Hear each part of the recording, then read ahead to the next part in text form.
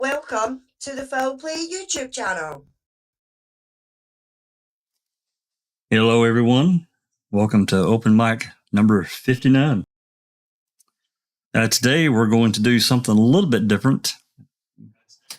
A lot of different things subjects I could just pick and choose from and dive straight into that. But I thought with all the more recent releases of information that, Rookie's got, Sunshine Christina, various people that have FOIA information that has really driven a lot of interest towards certain things, especially, some of the calls are really interesting.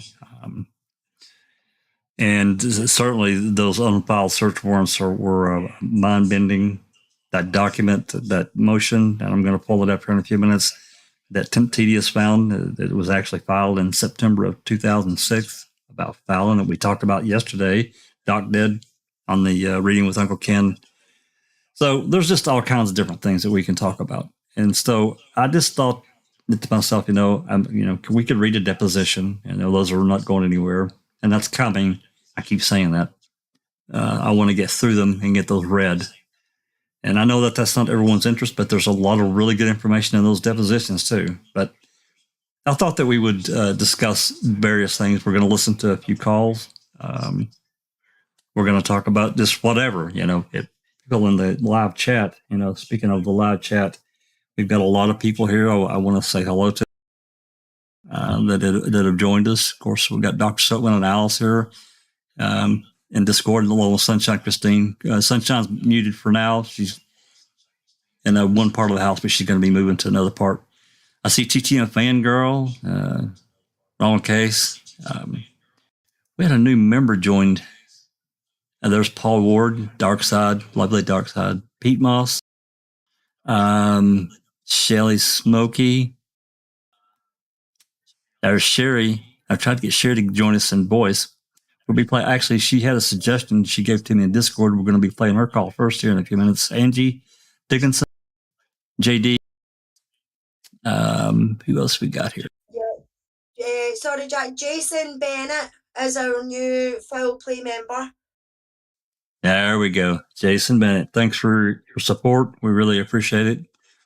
As Doc has said. We've got a new person as well, Alan Christopherson, who's joined us tonight as well. Welcome, Alan. Nice to have you with us. Awesome. Missouri. We got a few people who live down that way. There's Nan's live. Galataki. Miles, please keep an eye on that Galataki person. Dr. Silkman, you really got to watch us. I've got my eyes on him. Don't worry about it. He's both eyes. He's slippery. I can spot a troublemaker from a mile away. Yeah, I get all track here. Anyway, we'll let we got Alice and Doc in here. Alice, how you doing today?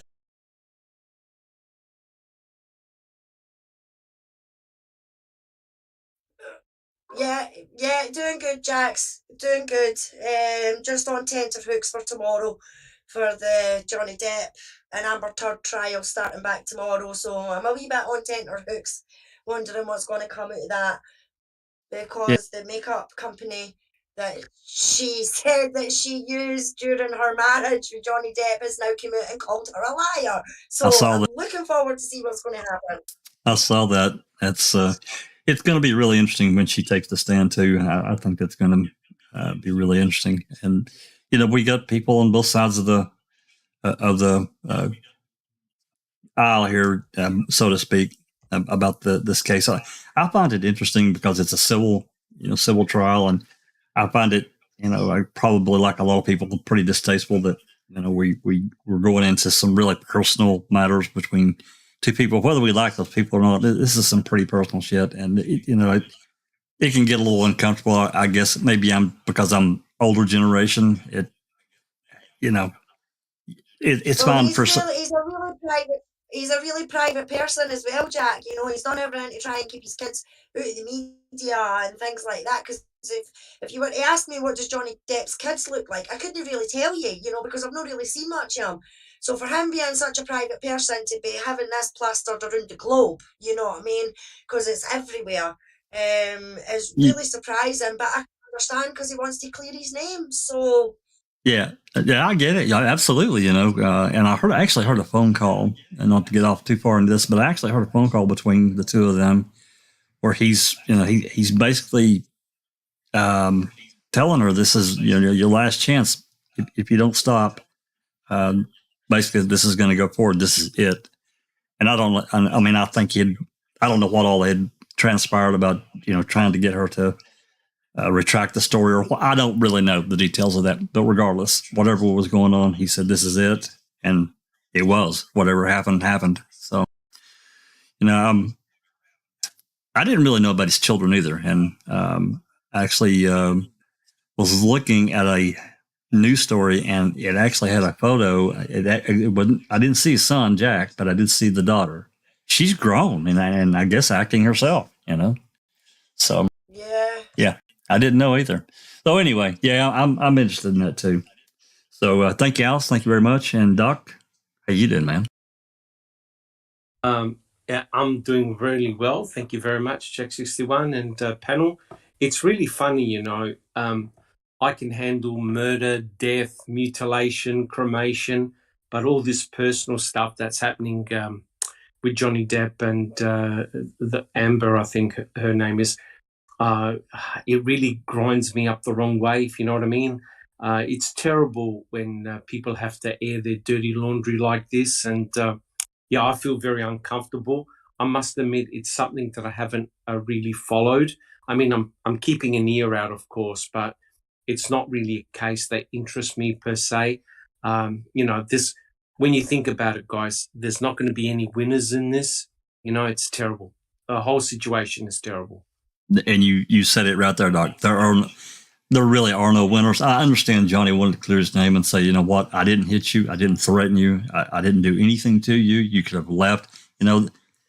I get it. I'm right there with you, man. It does interest me, though, from the civil suit aspect of it, because we're so familiar with the civil suit with Avery and all that. So that's really kind of where I got pulled into, a lot of this legal stuff. So, yeah.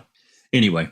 I mean, I 100% agree, but it's funny that two adults can't sort out their shit, behind closed doors. There has to be on public display in the manner that it is, and you think at the end of the day, it's going to ruin people's lives, and poor Johnny, he should be making movies and making millions of dollars, because he is an incredible, talented actor, and he's entertained millions of people, and it's sort of sad when you see the demise of someone like that. It's not a good way to go. But you're correct. I agree 100%. It's very important to clear your name of any wrongdoing. Absolutely. Yeah. Yeah, I hate that it had to come to this point, but it is what it is. And, Alice is, I'm sure Alice will keep track of it better than I will. I think Rhonda's pretty interested in it too when she can. I know she's working, but any good juicy tidbits that you hear tomorrow that I miss, Alice, you're gonna have to let me know. So anyway, all right.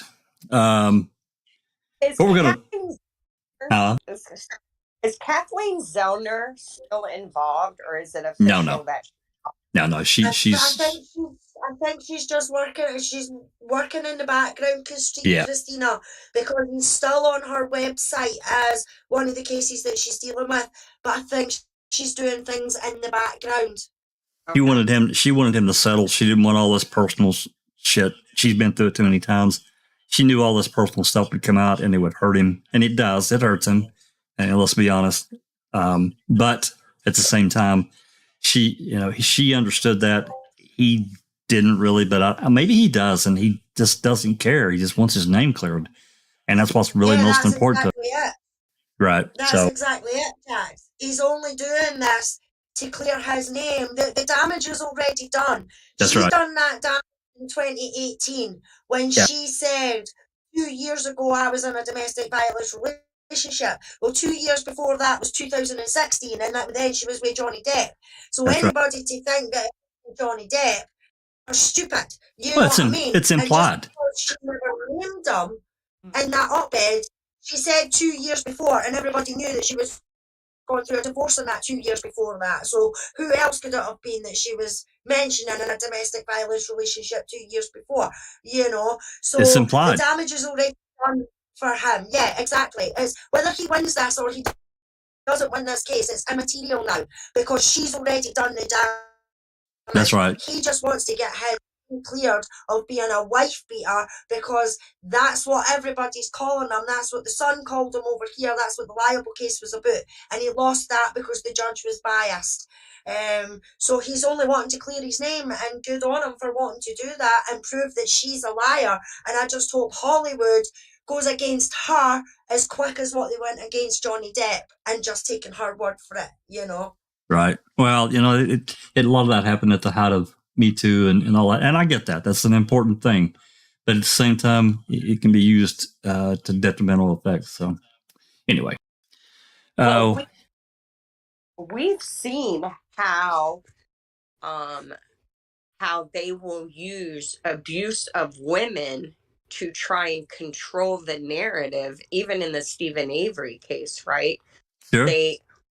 Yeah, and it's almost like that's what this is too, is a woman who knows that if I say these things to the media, I'm going to get a lot of attention. And, you know, and I don't think I could put all my business out there on Front Street, but as someone of Johnny Depp's reputation, I did listen to a bit of his testimony, and he said the biggest thing for him was he has counseled, like people who came to him in confidence, and he gave them advice, and it was always you don't ever hit a woman perspective. And then you have this woman saying that I abused her, and yeah. I just don't. I don't want these people to think that I am a fraud. Right. That's what exactly. Well, you know, Doc said, you know, he's an incredibly talented actor. He really is. Everybody just, I don't know anybody that doesn't like Johnny Depp and what he's done in the industry. And, but, you know, as a person, you know, as a man, you know, that no one has, through all the other relationships he's had, no one has said anything at all about him being violent in any way whatsoever. Nothing at all. So you know, I understand people change in different, you know, some relationships are gasoline and match and things can happen. But his nature doesn't seem to be that way, especially considering his childhood, which was, again, that laundry got aired out. Anyway, let's move on. We could do a whole 5-hour show on this one. So, so anyway, the first. I find to say one comment. You know, just sometimes some people shouldn't get together because they are very, very toxic together. Individually, they're great people, but put certain people together in a particular environment and it all goes bad. And I think this is a situation here. And I agree with Sunshine Christina.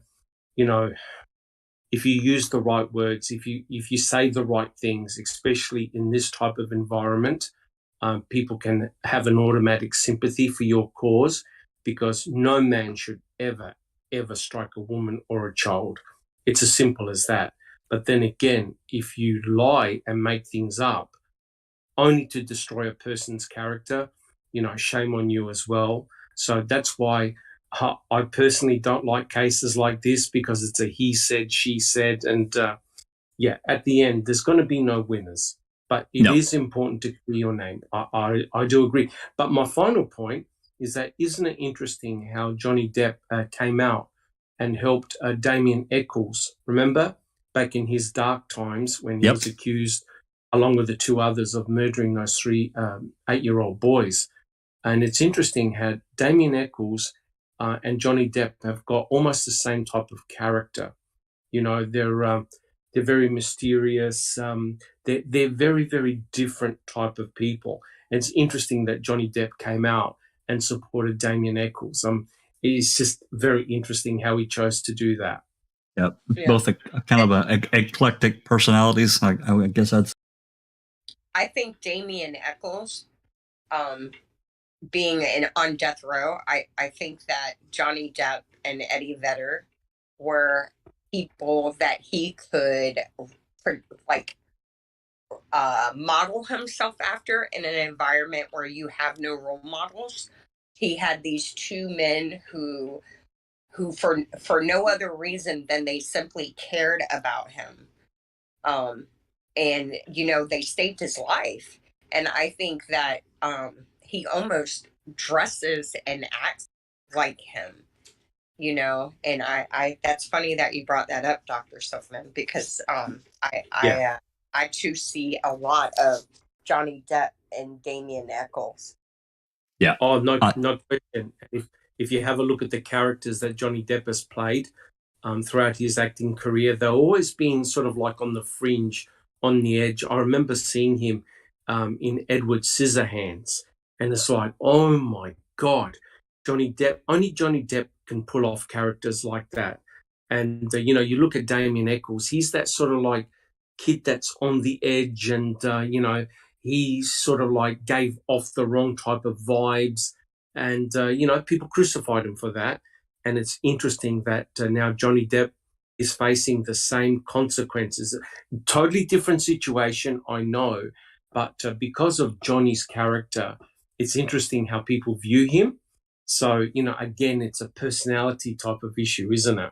Just like with Stephen, just like with Brendan, it's amazing how you see the same things being repeated over and over again. Yeah, I agree. Okay. All right. Our first thing we're going to, well, let me first, I'm sorry. First, I want to say hi to Kat. I saw Kat didn't slip in the door there. Hi, Kat. Always glad you came. Linda, checking convictions. Hello. Jennifer Manning. Kelly Cowles. Really appreciate you all dropping by. Anyway, the first, we're going to listen to a call first, and we're not going to listen to the entire thing. The entire thing's like 11 minutes. We're going to listen to the first probably 6 or 7 minutes. And this is a call that this was pretty early in the case. It's on November 3rd. And you'll see it listed up. Pull it up here in a second. You'll be able to see it. November 3rd, between 8:30 and 8:32 and 8:45. Like I said, it's about 11 or 12 minute call. We're not going to listen to all of it. We don't need to, because the part that we're going to be really kind of well, there's probably a couple of parts, but Sherry had pointed out the other day in Discord, asking me if I'd heard this specific spot, what was said. And it's talking about looking at this casino. I think it's called Oneida, about having the security people look through their video, which we don't have anything after that as far as I can remember and know about the case. So let me get this pulled over here, and we'll take. Give me just 1 second. That should pop in there. Yep, there it is. And anyone here in Discord, you're going to have to mute. You're not going to be able to hear it. So we'll listen to about 6 or 7 minutes of this, and I may pause it in the interim if there's questions. Guys here in the Allison and Christina and Doc, if there's something you want to listen to or talk about before I move forward, just tell me to pause it and I will. All right, so here we go.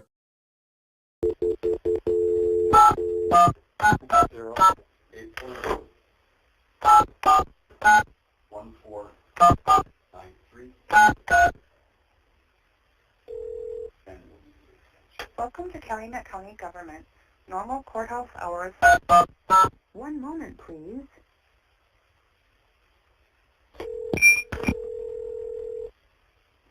You there? Yeah, we're here. Okay. Another call. I'll call you back. All right. No, you guys stay on. You guys stay on. Stay on. Okay. Yeah, I'm telling you, I'll call you back. Okay, we're here. Okay. How you doing, Mark? This is Jim. Hey, Jim. I got Dave Remacher in with me. Okay.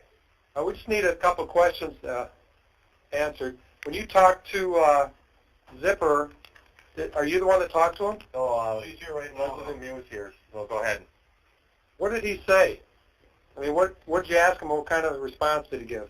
When I introduced myself, he basically went off in a tirade about the auto trader trespassing on his property, that they did not have permission to come out to his property.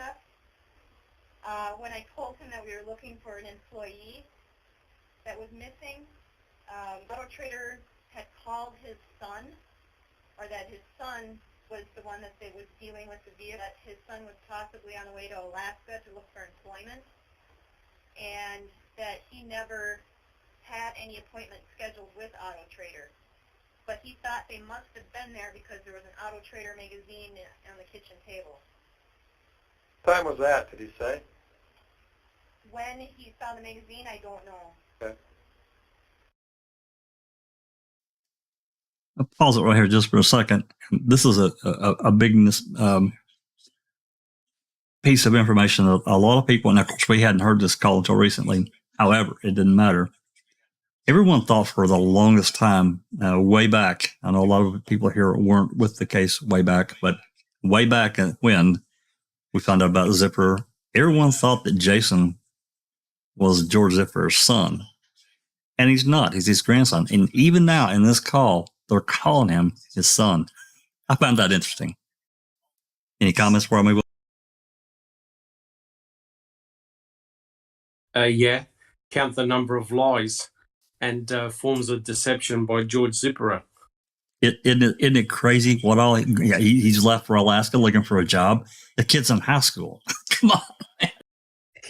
Correct. And it's very, very interesting, as we already know, how George Zipper was the complete opposite of Stephen Avery, right? In terms of the way he approached the police, the detectives, the investigators. He was completely belligerent. He wasn't playing ball at all. Complete opposite to Stephen Avery, who was very cordial, allowed officers to come in, check his premises. And it's amazing how they simply dropped the ball when it came to George Zipper, and the focus immediately, almost immediately went on Stephen. Incredible, isn't it? It is. And not only that, Doc, this voicemail that Teresa left seems to have evaporated into Grass's back pocket and left stage. You know, it's just that particular phone call will be very interesting because it will be time stamped, right? So when you have a timestamp, you can basically work out where Teresa was and at what time. You don't want to destroy your narrative, right? If George happened to be the last, the last visit, right? It's not going to fit your narrative because that meant that Teresa would have left the property. So it's very, very interesting. Yeah, indeed. JD's asking, was it the grandson that was selling the car? Yes, it was the grandson. I believe it was a Firebird. Yeah, and how that worked, Jay, is that they had put an ad in the paper, and what happens? You have at least back then, had these telemarketers that would scan the paper, and they would call Auto Trader. Corporate had hired a third party telemarketer, and they would call to say, "Hey, you want your whatever you're selling to appear in the Auto Trader magazine? We'll send a photographer out, blah, blah, blah." So it was a telemarketer that had actually called. It wasn't Teresa. It wasn't someone personally at Auto Trader. It was a telemarketer or a third party that saw the ad in the paper that they had already placed. That's how that worked. So, I don't know how, in that situation, I really don't know how Teresa would get paid because she, it's not like that the Zippers hired Teresa to come take a photo, right? So that had to be some kind of separate thing. Correct. I think George Zipper took exception to the fact that, as JD said, touting for business, because that's what they normally do. Yeah. So he didn't want any of that, and he was definitely very in opposition of the mere factor that Teresa Hallbach had set foot on his property. And remember what he said, he was very threatening about the fact that you step foot on my property, my dog's going to eat you from your feet up. And, you know, you compare the contrast between George Zipperer and Stephen Avery, they're the complete opposite. Oh, yeah. There's actually a number of phone calls, at least a couple more of these newer calls that we've got where they are talking about how he acted towards them. And they're all like, man, this guy, whew, there's been nothing. It's very interesting because Joylene Zipperer could not remember the time properly. Remember? She couldn't work out exactly when Teresa Hallbach had arrived on the property. So it's rather convenient that they somehow Joylene, who talked to Teresa Hallbach, can't remember when, and that voicemail goes missing. Rather coincidental, right? But and our friend Jacobs was involved with that. Even more interesting. Yeah. Any more questions before we move on to this next section? I just want to mention. Am I unmuted? I just want to mention a couple of things. And Sherry's also picked up on this. So Jason Zipper, prior to 2006, was an average, normal kid. No, seems like he had his life on track. And then the wheels came off. And he apparently developed an alcohol, drug addiction, started getting into trouble, started making really bad decisions, got into the criminal, started having run-ins with the cop. And then, as we all know, it culminated with him committing suicide, I believe in 2018. Yeah. I think right around the release of season 2 of Making a Murderer. The other interesting thing that we have to mention, only because there's a lot of curious evidence that isn't concrete yet, is the relationship between the Zipperers and the Schindlers. And the Schindler name is a name that is linked to a lot of these questionable conviction murders in Manitowoc County. Yep. Jason Zipperer is a Schindler. His father is a Schindler, right? Yep. I don't want to say yes, but I think so. Or I don't want to say no. Right. I think it's his dad is a Schindler. And the Schindler name around Manitowoc, the Schindlers also mentioned a Schindler found Ricky Hochstetler's body. The Schindlers are prevalent in the Pam Claflin murder case that we discussed on Crime Theory Exchange a couple of episodes back. And I believe they are also mentioned in the Mary Ziegelbauer case, which is the murder of the county executive of Manitowoc, Bob Ziegelbauer's sister, Mary. And there was a 15-year-old kid who was convicted of that crime, and that case is a mess as well. So it's just one of those things. If the trees could talk in Manitowoc, we'd all know all their secrets. But yeah, the Schindler that we're thinking about, that we think is Jason's father, he had some pretty serious run-ins with the police as well, right? If I'm thinking right. Yeah. Yes, and then there's a Terry Schindler. I'm not sure if Terry was Jason's dad or not. Sherry could probably confirm.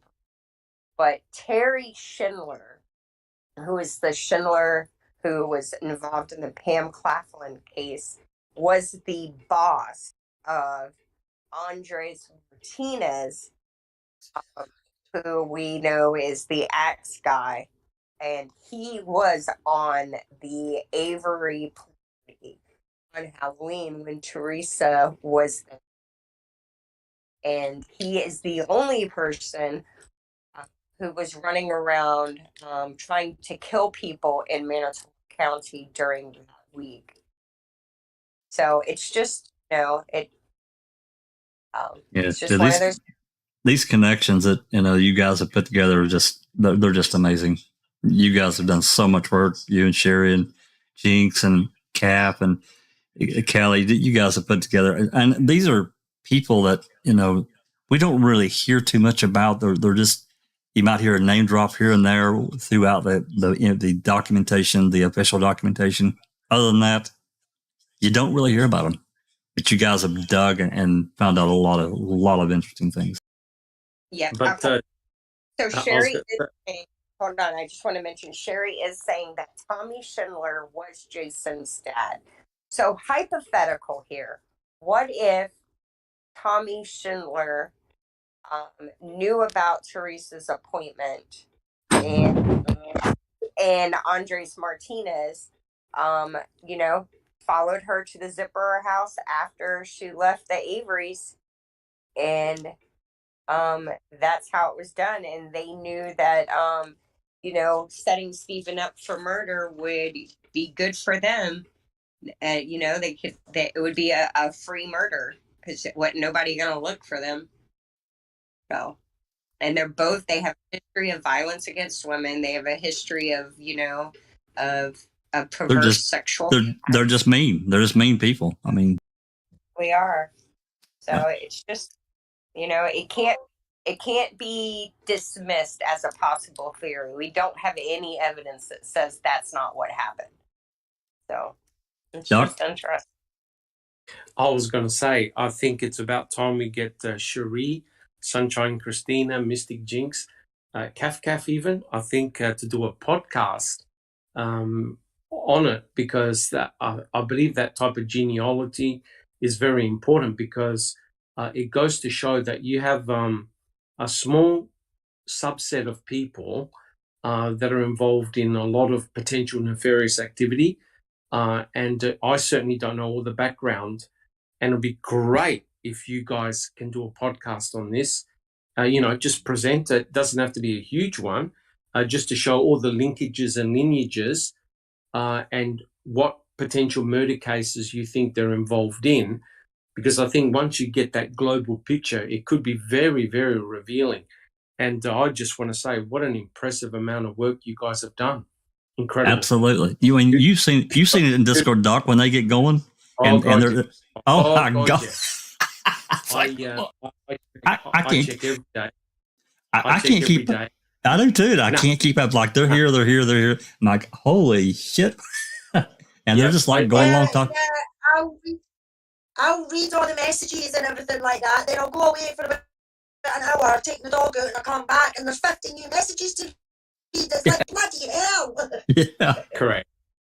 Yeah. Correct. So yeah, I agree with you, Doc. I think it'd be great. We need to get Cherie and the Sunshine Christina, Mystic Jinx, Kaf, get together and do a little podcast. I'm sure it'll be very popular.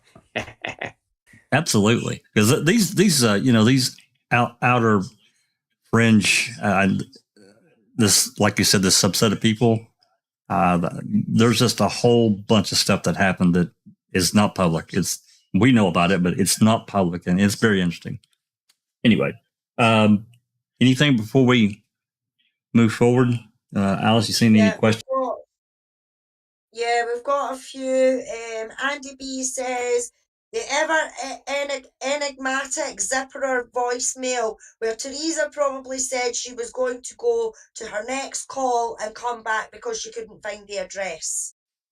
Well, yeah, that's been a theory. Just to answer Andy B. Hello, Andy B.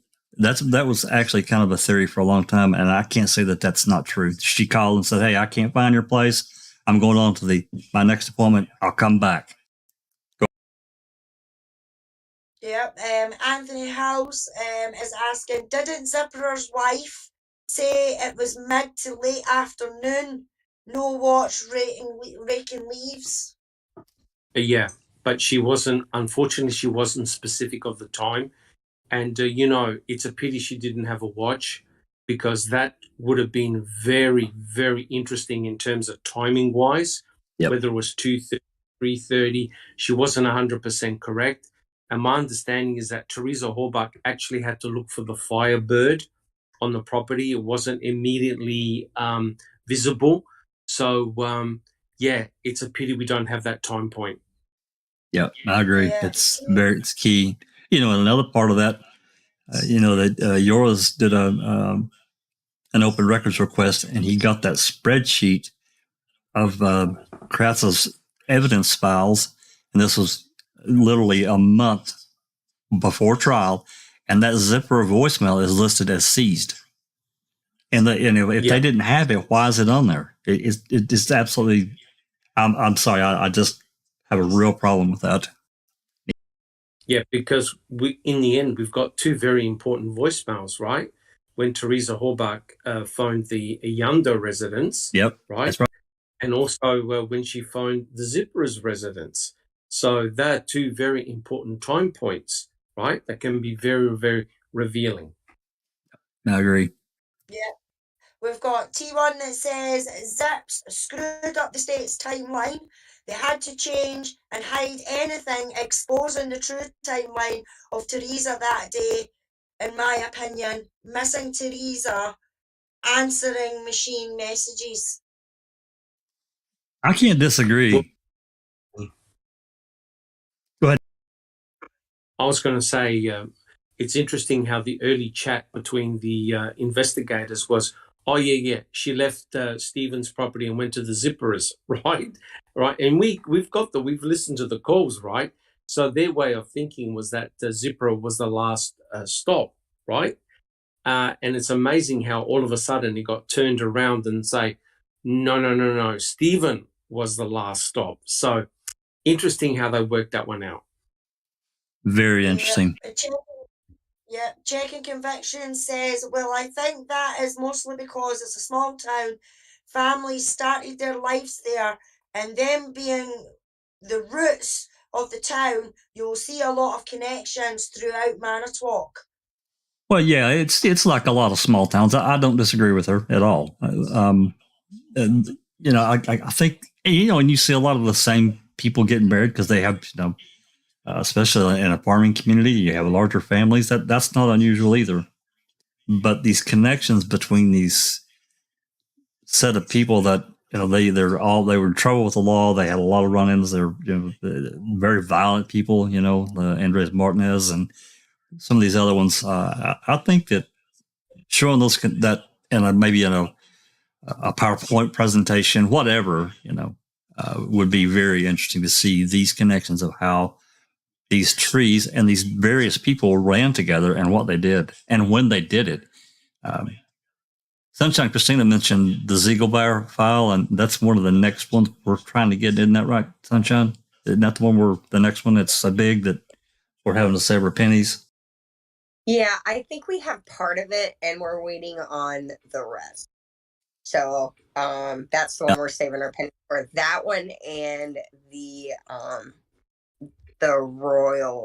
Roll case, which is the Mary Roll, I believe, is the last name. I'm sorry. Mary Glasser is the last name. It's the Roll brothers who were convicted of that crime. Mary Glasser is the first murder case of questionable conviction that Kosurik worked on in like 74. Yeah. So it's half of another file for Ziegelbauer. Maybe after we get the rest of the Ziegelbauer, which I know that was a couple $100, maybe we can get that other one. So anyway, I was going to say all of those resources and research is very important. Like Kelly used to say, it's just another part of the jigsaw puzzle piece. Yeah. It may amount to nothing, but it's a very important piece, right? Because you're looking at, as Sunshine Christina said, you're looking at potential historical crimes here, especially when Kosurik was the boss.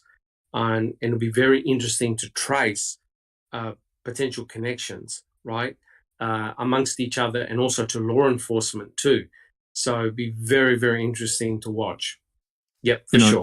Another part of that, and is that a lot of times, even when something isn't really specifically relevant to the Avery Dassey cases, there are things that something that may be in there that leads us to another direction. And that's happened before. So, yeah, I agree. Okay, Alice, any more questions before we continue this call? Yeah, we've got JD asking, was there any ex-murderers released from prison around the 31st? Yes. Well, I yeah. can't. Quadrini? Oh, I Remember? didn't know about that. Who's that? Alex Quadrini. He was convicted of second degree murder. He actually got out pretty early of his sentence, but he actually did call Teresa. We've got that voicemail, I think. He was in the military, is that correct? That's he right. Murdered his buddy. That's right. Alex Quadrini, I think. That's right, Alex Quadrini. He did call her. I'm sorry to finish answering. He did. This Alex Quadrini did call Teresa and left a message. I can't remember the specific message. I can't remember if it was a family portrait or what it was, but he did call her around that ending time. So yeah, go ahead. Anthony House is asking, is the phone tower data records corrupted like everything else in this case? I doubt it. I doubt it. That would be really difficult for a county to pull off, or a state that comes directly from a corporation. I'm going to say probably not. I can't prove it. Doc, you go ahead. I was going to say it's a pity we don't have Big Jeff here, because he's sort of like the cell tower expert. But the only issue, of course, back in 2005, the cell tower information that you could get is relatively limited. Do you know what I mean? Like, you've got a circumference of where a person is likely to be when there's a ping. However, today, with all the modern GPS and cell tower technology, you can pinpoint a person in a small vicinity, right? So it's very frustrating, because we know essentially roughly where Teresa Horbach was when her phone last pinged at 2:41. It potentially was around the Cuss Road area, but to be fair, there's a perimeter. Teresa Horbach could have been, within a mile or two of that position. So we can't pinpoint someone. As to the validity of the records, yeah, they are valid, because they come from phone companies themselves. They're computer printouts, so no one can mess with them. Right, and that White Law Tower is allegedly her last ping at 2:41, as Doc said. We've got that information. I think Seeking got that actually kind of by accident, but whatever, A happy accident. If I could just say, is the rumor true that Gregory Allen was being moved from one prison to the next around that time period? Halloween? Well, Sunshine can answer this, but he spent like a week, I don't know the time period, but he was transferred to Sunshine. I think, well, I'm not sure where he was transferred to, but he was on the move either on the 31st or the 3rd. Yep. So he was not behind prison walls on one of those days. And I always find that very interesting. We could talk to Sunshine, and I guess everybody here, we could talk about Gregory Allen for hours and the issues. Oh my God. I just have so many problems there. BW Haggis has got a really good question. Alice, you want to read it out? It depends on which one. Does the panel think that Teresa Horbach left the Avery land with her RAV? And if yes, why do you think there is no eyewitnesses to her car being on the main road? Well, her car was spotted, wasn't it? There's about 5 different witnesses or something that says that they've seen it in different places at the turnaround and things like that. Yeah, that was after the fact. Yeah, that was after the fact. And I think just to answer before Doc goes is that you have to consider, BW, that this is a really rural type area. There's just, certain times of the day, yeah, there's going to be more traffic, but there are other times there's just no traffic at all. There's no one out. They're doing their thing on their property, or at work somewhere else. So there's just not much traffic. Go ahead, Doc. I was going to say that's a very, very good question. I personally believe that Teresa Horbach did leave the Avery salvage yard. I also believe that she got attacked fairly quickly, whether she was followed or flagged down or run into or whatever. It happened fairly quick, because remember, her phone stopped pinging at 2:41, which meant that within a very short time frame, she was at the Avery salvage yard, then left, and all of a sudden her phone doesn't ping anymore. 100% agree. But to answer the question, there's one eyewitness, a very important eyewitness, and that was John Le Guin, I think his name was. He was the propane tank driver. I forgot about it. It just so happened that there was a series of filling stations right at the end of Avery Road, right? The propane truck drivers used to go there and fill up their trucks. He said something very important. They asked him in court, well, did you see many cars go by? And he goes, no. Which also backs up the statement that it isn't country road. There's very, very few vehicles on that road. But he did say that he did spot a vehicle very similar to the RAV4, right? But it was at around 3:45, which doesn't gel well with the state's theory, right? Because what the hell is Teresa's RAV4 coming out of the salvage yard at 3:45? It made no sense. But John did say that there were very few vehicles on the road. Yes. And again, have to remember that time change was the day prior. So let's say he says he saw it at 3:45. It very well could have been 2:45, because if it had 3:45, he also would have saw the bus and the school bus. The bus, exactly. I've always thought that propane driver was likely the person who saw her exit. And there's a really good write-up about that 2:41 call, and the chat's actually said that we should really talk about this stuff again, and I think they're right.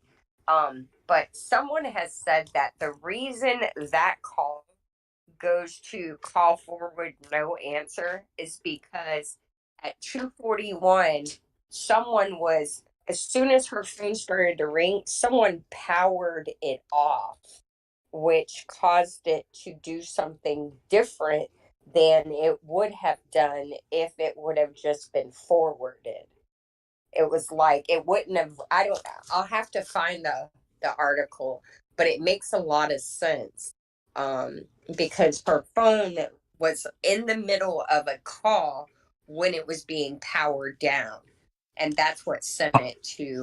Possibly somebody got their hands on it and yanked the battery out of it, and then boom, and something that made it weird.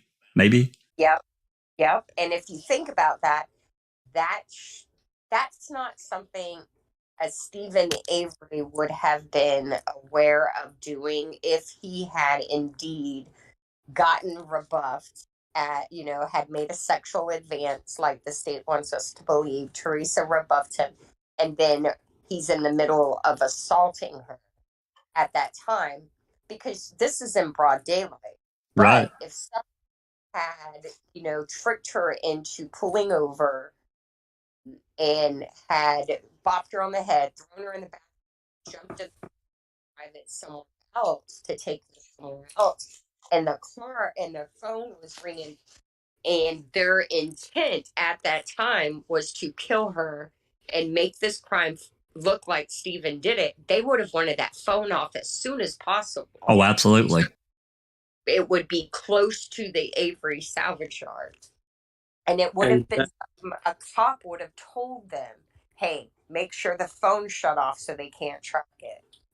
Yep, and that links into the fact that you've got the you've got the burnt electronics in Stephen Avery's burn barrel, and so the way of thinking by law enforcement and Ken Kratz was, oh yeah, he burnt her phone, and that's why the phone went off at 2:41, right?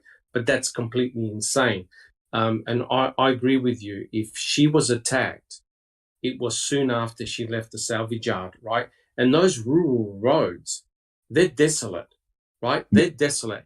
And so I think B.W. Haggis made the comment that Kathleen Zillner did a reconstruction, and you can see that those roads are all lined with trees, woods. You can easily disappear in that place and no one's going to know. And it's quite scary. But yeah, interesting that the propane tank driver said that when he was there filling up, he saw very few vehicles, right? And I agree, guys, if he was out by 1 hour, that's really scary, because wasn't there a time change? That's right. Daylight time savings time. change. The day Yeah. before daylight savings time had hit. Yep. So if he didn't change his clock, or the work clock or something like that was still on the old time, it may explain the time difference with what he was saying in court. And if that's the case, he's proof positive that Teresa Horbuck drove out of the salvage yard. That's really scary. Yeah, and I know that cars made in that era and trucks made, 2005 era, you had to manually reset them. Absolutely. And who reset their work truck the day of?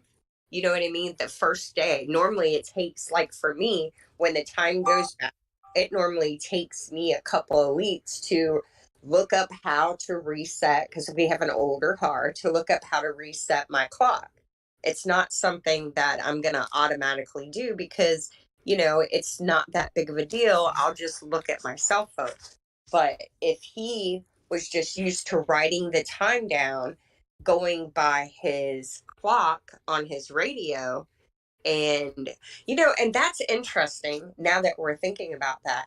When you deliver propane and drop off and pick up propane and load, you write your times down.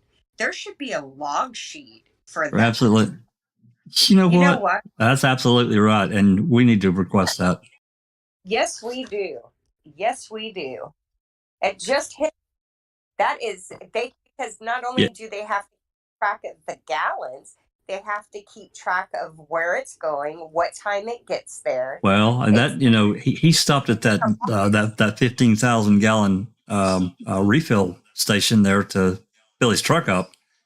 There would absolutely be a log of that. There's absolutely no doubt. Yeah, we need to make a note of. Let me make a note of that right now. Actually, I don't know what the chances are, but that could be a game changer. Actually, possibility. Yeah. I'm sure we don't have it. I'm sure we don't. It wouldn't be a game changer, but it would just be one more, like Dr. Silkman was saying, one more piece of the puzzle that just shows deception by law enforcement, because they know that. Yeah. They could have gotten that.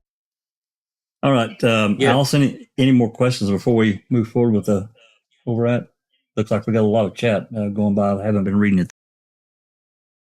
Yeah, Anthony House says, what about Brad Check's phone call to Teresa on the 3rd? As he says her phone actually rang. Next minute, Scott calls Brad. Did they have her phone? Did it ping? Well, that I can't answer that. I mean, it was an interesting statement by Check, and I can't answer that. Anyone else is welcome to jump in. Well, if you look at the records, there was absolutely zero activity, zero, after 2:41. It was silence. Right. And we don't have anything past the 1st, as far as, isn't that where it ends at, the 1st? Yeah, I can't remember the precise records that we got, but in terms of like ping and activity from that phone, it's dead. Right. The phone was dead. But there are obviously people calling the number, right? And yes, I do agree. Sometimes people got a ring, and sometimes people got a voicemail. So someone definitely was deleting voicemails so that there was room to add another one, right? So there was definitely some funny activity going on with that phone. I think back then, and don't hold me to this, we've talked about this before, and I actually had Singular back then. When a voicemail, unless you specifically saved a voicemail by hitting a button, press 7 to save, voicemails would fall as you had a mailbox a capacity of 20. Once it reached that, I think there was like a 2-week window or something. Calls would automatically fall out, and to make room for newer, it would just fall out, so your mailbox would become empty, or at least have a slot or two, whatever, and more messages could be left. Don't hold me to that though, but I think that was part of the conversation we've had before. We need to get Big Jeff on here. Yes. And did in her call record, they only got it till the 1st. And I always thought that was very telling, because we know that Calumet called her on the 3rd. We know Manitowoc called her on the 3rd. And we know the Wisconsin DCI called her on the 3rd. Yep, that's right. That's exactly right. I don't know. Maybe we could request the final bill. I don't know that they have that. I'll have to go back and look through I know that they picked up a bill out of her bedroom. I do know that, but I don't remember if it was how that was tagged or what. But and I talked about it before about requesting. I know that's one of those things that I never wrote down and I never requested it. Maybe that's worth the effort. But all right, anything else before we move forward, Alice? No, we're all good. Alrighty. All right, we're going to listen to a few more minutes of this call. I don't know that I'll be pausing again before we get to the part that Sherry was talking about that we discussed before. But anyone here in Discord, unmute. Here How old is the son? He would not give me that information, but he did tell me his name is John. Okay. Whether that's true or not, I don't know. You're going to check up on me now? And he goes, I want your information. I gave him mine, and I don't know what my date of birth is. Hey, he's not a real pleasant person. No, he's not. We want to get a little information. We're going to go out and pay him a visit. Yeah. Um, He did. Then he started talking about his mean dog that eats people, and cracked open a beer while we were on the phone, and said he was going to get his attorneys and found the magazine on the table. magazine on the table. Leslie, how did they determine that the appointment was made with George versus Sonny? That's the name and phone number that Angela at Auto Trader gave me as far as who the appointment was scheduled with. Son lives with George? Talked to Mom and Dad already, obviously. Yes. What kind of feedback did you get from them as far as, is there a possibility she may just be gone somewhere? Or? She's never done this before except this last early summer. She had went camping and didn't tell them. When she arrived home, they said they had words with her, and they don't believe she would ever do anything like that again. But other than that, nothing. She's got no medical history, no mental illness that we're aware of, not on any medications. You drink? By reading her diary, yes. Okay. One other interesting thing, when I talked to the girl from Auto Trader, she said that they had received a fax from Teresa on Monday, but they don't know what time. Usually it's at the end of the day when everything is complete. They have to fax in what they've all done. So they did receive a fax. She's going to get that fax for me and fax it back to me as soon as they get it, as soon as she gets to the office. Yeah, it didn't have a timestamp on it, she said. Okay. The other thing is she had told Teresa had told one of the secretaries at Auto Trader, she had been at the Two Rivers address once upon a time before this, which I'm believing is Avery's, Right. and that Avery had come out wearing nothing but a towel. So she thought that was kind of odd, so she had told the secretary at Auto Trader that. So Okay. that's it in a nutshell. On that, the schedule she had for these photos, does it have a time on those? No. What happens is when people call and want pictures done, if it's in her area, they will call her on the phone and say, "Can you go over here and take the picture of this thing, that whatever," and make contact with this person. Okay, there's no like meet so and so at 2:00 or. I'm not clear on that. I'm hoping I'll know that in a little bit when I get that fax. Okay. Hey, Mark, Yeah. you have the phone number for the fax that came in on? Yeah, I'm going to be in the process of working on that as soon as I get off the phone with you. Okay, that's probably something we're gonna need for tomorrow to find out sometime, when these faxes might have come in. Maybe they get a ton of faxes in a fucking day. But you said there's no timestamp on the fax that, No, not that they received. that shit. His 435 number, I'm told, came from Green Bay. A fax number of hers from Green Bay, but nobody knows that she's got a fax in Green Bay, so I don't know. But I don't know what time that was. I haven't found that out yet. Well, if we got the number that she sent it from, that could be a sweet deal. Yeah. Mark, you've got the number that the fax originated from? Yes, and it's a Green Bay number, and that's as far as I got so far. Okay, what is the number, Mark? It's 435-1367. We're going to run that through Accurate, see what we can come up with. Wonderful. Okay. But she normally would do the fax thing at the end of her day. Right, that's the norm. That's what their photographers all do. Okay, so we're assuming if she got the fax sent to them, that she was done taking pictures. That's what we assume. On a flyer, contact Oneida Tribal, or Oneida at the casino, have their security guys look through the fucking parking structure, All right, right? do that. I'll pause it right here, and this is the part that I was talking about. We'll come to this in a second, but think about how many mistakes and how they don't really understand how the process works. I think maybe Deadring or whoever's on the other end at Calumet may understand. I don't think Wiegert does. And that's another thing to keep in mind. On the phone, as far as I can tell, we got Link and Remaker from Manitowoc. We've got Wiegert and I think Deadring from Calumet, and there's somebody there in the background at the Manitowoc lady. I don't know who that is. Anyway, they got the process wrong, number one. Number two, I find it really strange that they get this fax, but there's no number attached that's listed at the top of the fax, like he's saying. That, I mean, I've never been like a secretary, but I have sent a lot of faxes before, just in my job, various jobs that I've had. I've never received a fax that didn't have the number attached to the top of it. Never, not one.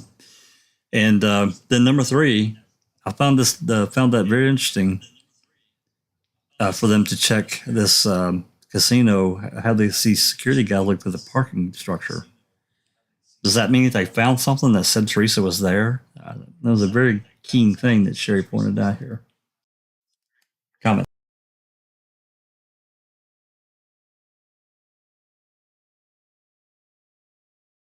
Can I just make a comment? Did I Please. hear correctly? Did I hear correctly that Teresa Holbach went camping and didn't tell anybody? Yep, that was another thing that was said. Well, that blows Karen Holbach's statement out the water that she's never done anything like this before.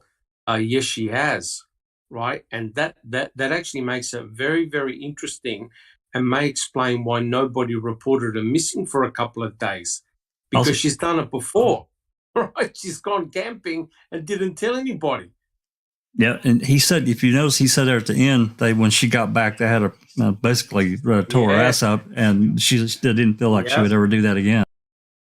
Yep.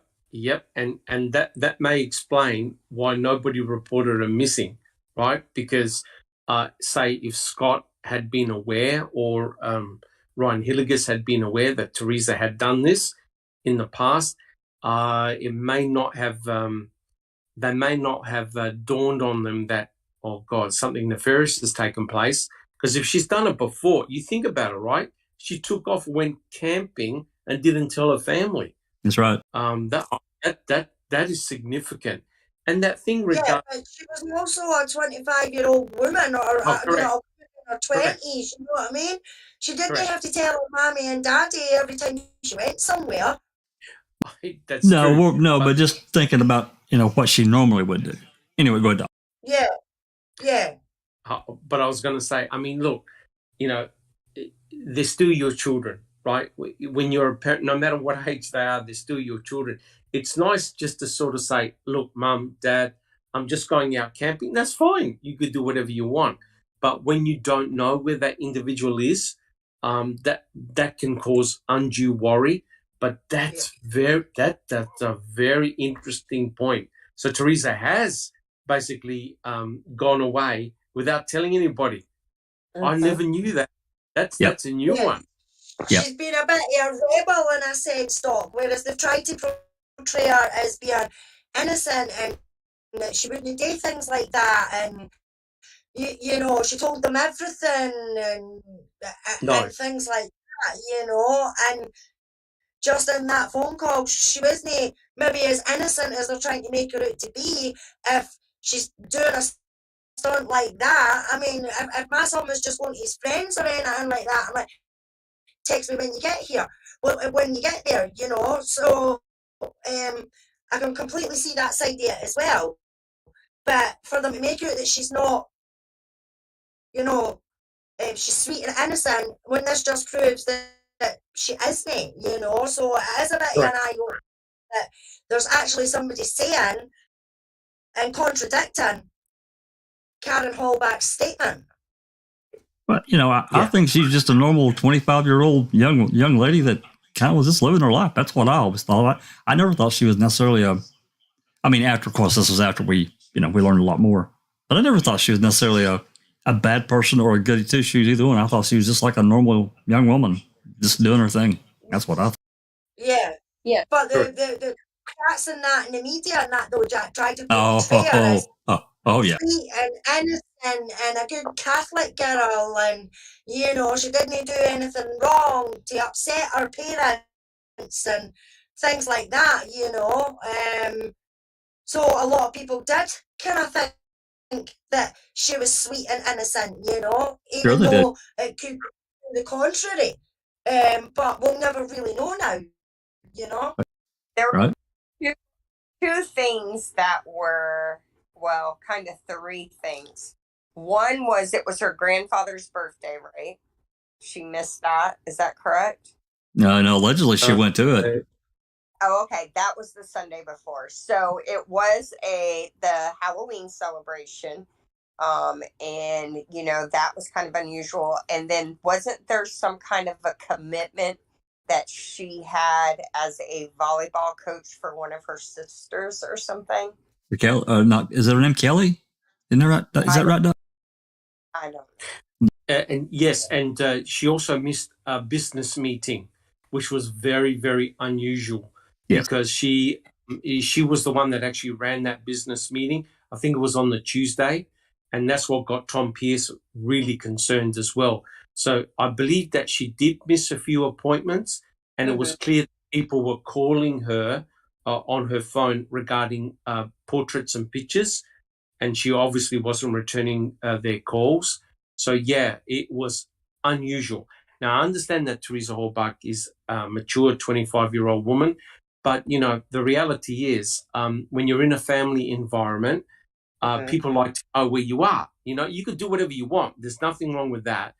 But people like to know that you're safe. And I believe that there's nothing wrong with that. Sure. I agree. I agree. I completely agree. It is weird that they weren't honest about taking off for the camping trip. It is interesting. Well, It appears to it be. is. Yeah, it is what Alice has said.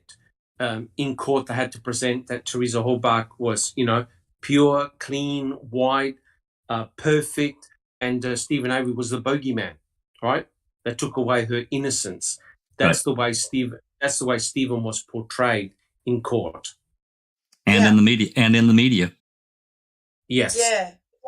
And I mean, I completely understand what you're saying, Doc, about, the family and just wanting to know that they're safe. I mean, my son will be 30 this year.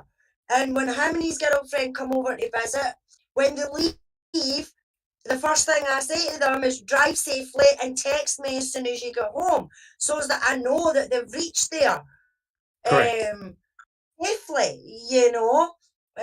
So, yeah, I mean, but it was just the way that the others have tried to portray her as the good Catholic girl and innocent and didn't do no wrong and, was mixing with the right people and things like that. So they're not going to turn around and I don't think they would have turned around and said, oh, well, she disappeared once, because the police might have said, well, she's done it once, maybe she's done it this time, give her so many hours to come back, and things might have not have happened the way they happened if that was the case. 100% correct. I mean, if you're a tight-knit family, there's nothing, I mean, my son is 33, but I don't mind where he goes, but it's great to say, look, Dad, I'm at my destination, all is cool. That's fine. And I would say that would have been the level that Teresa's mum and dad or stepdad would have expected. Hey, look, I've gone camping. Oh, enjoy yourself. Exactly. But when you don't know what the individual is, look, you think about it, right? She went obviously missing, but she went camping. Everything is cool. On October the 31st, she went missing, ended up dead. Do you see what I mean? I know that's a macabre thing to say, but it's the same thing. You don't report where you are, you're missing, but in this case, unfortunately, she ended up being killed. So, it's a terrible tragedy. Well, I mean, if we look at it the way we're talking here, now we think about this, that they did think, well, okay, she's went off somewhere, maybe not necessarily camping, but, went off and we're not going to do anything for a day. We're just going to wait. We're going to call her phone, see if she'll reply and go from there. And so that you could be right. That could have been why there was some delay in getting her reported. That's interesting. Yeah, well, the same thing happened in Luke's case, Jack.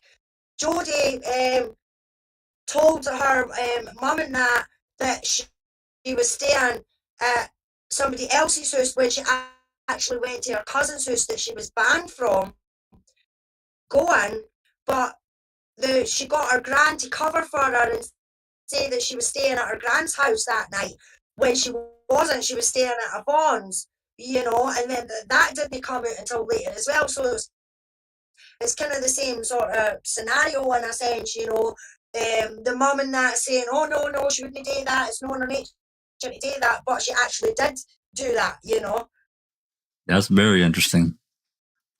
Okay. Any questions about what we're going to talk about here specifically, or we're good? I just wanted to say that was an incredible call, very rich in detail. There's a lot in that call.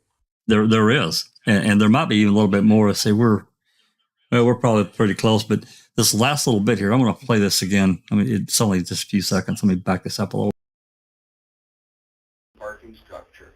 Oneida, contact Oneida Tribal or Oneida Casino. Have their security guys look through the fucking parking structure. All right.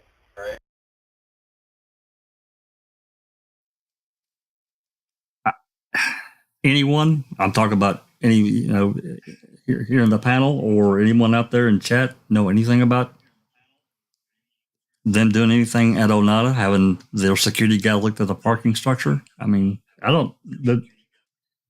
I'm sure I heard this when, the calls were first released and it didn't, one of those things so much was going on, it didn't register. I didn't write it down. First I've heard about it. Well, what is the significance of the casino and the parking structure? Why would they mention that? Well, it tells me that they found, I mean, well, I'll say this. They've either found or heard something that she was there. And I pulled up, I don't know if you saw that map that I pulled up. I actually put it in the office when Sherry and I were talking about this the other day. Oneida, I mean, it's not real far, but it's really kind of on the outskirts of southwest Green Bay. It'd be a little drive over there. It's I don't know. I mean, I have no way to answer that really because the first I've heard about it, and I'm curious as like you, what did they see or hear that would want them to call over there to have those security people look through the parking structure? Yes, interesting, because of course, what you want is evidence of her RAV4 on a security camera or Right. a camera, and that would be most revealing. And that's probably an open records request that's going to be sent here in the next day or two because this interests me.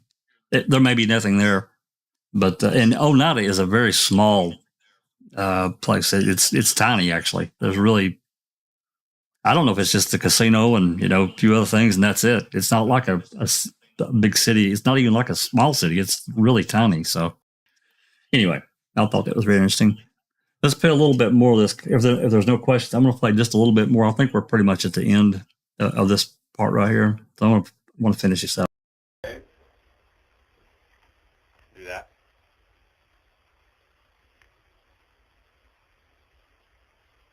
What else to think?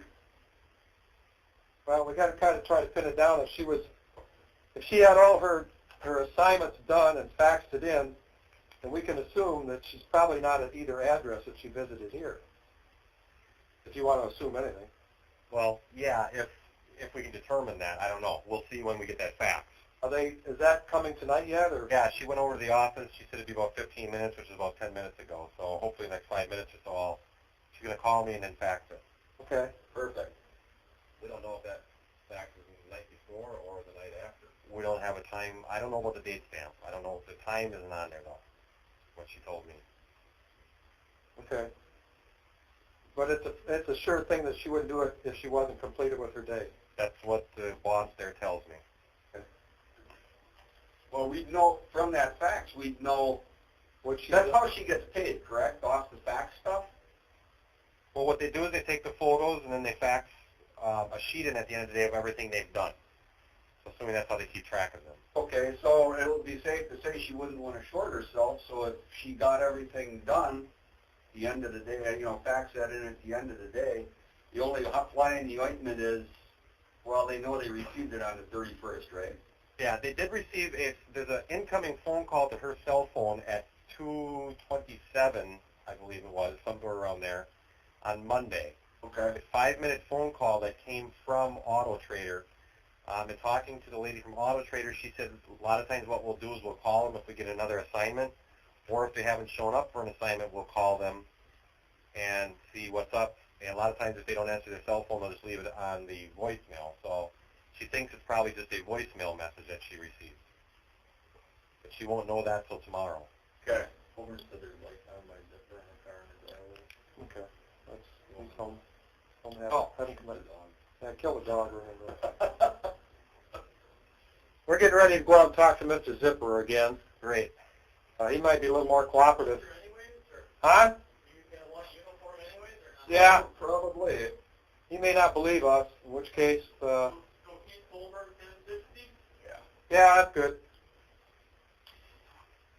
All right, when I get that fax or when I talk to the lady, I'll call John back on his cell phone and let him know what we can learn from that fax. Okay, Mark, incidentally, we've tried to get DCI to ping the phone with no results. Its phone's turned off. Okay. That's interesting. Yeah, well, they probably wouldn't be able to do it anyway, just because of the cellular equipment, singular equipment. All right. Could she have no boyfriends or? No boyfriends. She's got a lot of friends in Green Bay. No boyfriends, though, that anybody's aware of. Never missed work before? Not that we know of. She works, she does the stuff for Auto Trader, and then she's also a freelance photographer.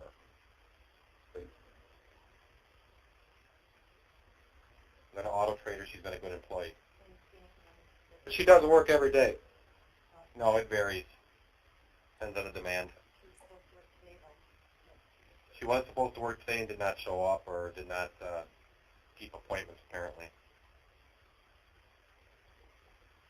Always comes into the office or whatever it is before she goes out on assignment. The office is actually in Milwaukee. They always usually have phone contact with her so that they know that she's going to do the appointments or that they give her the appointments over the phone.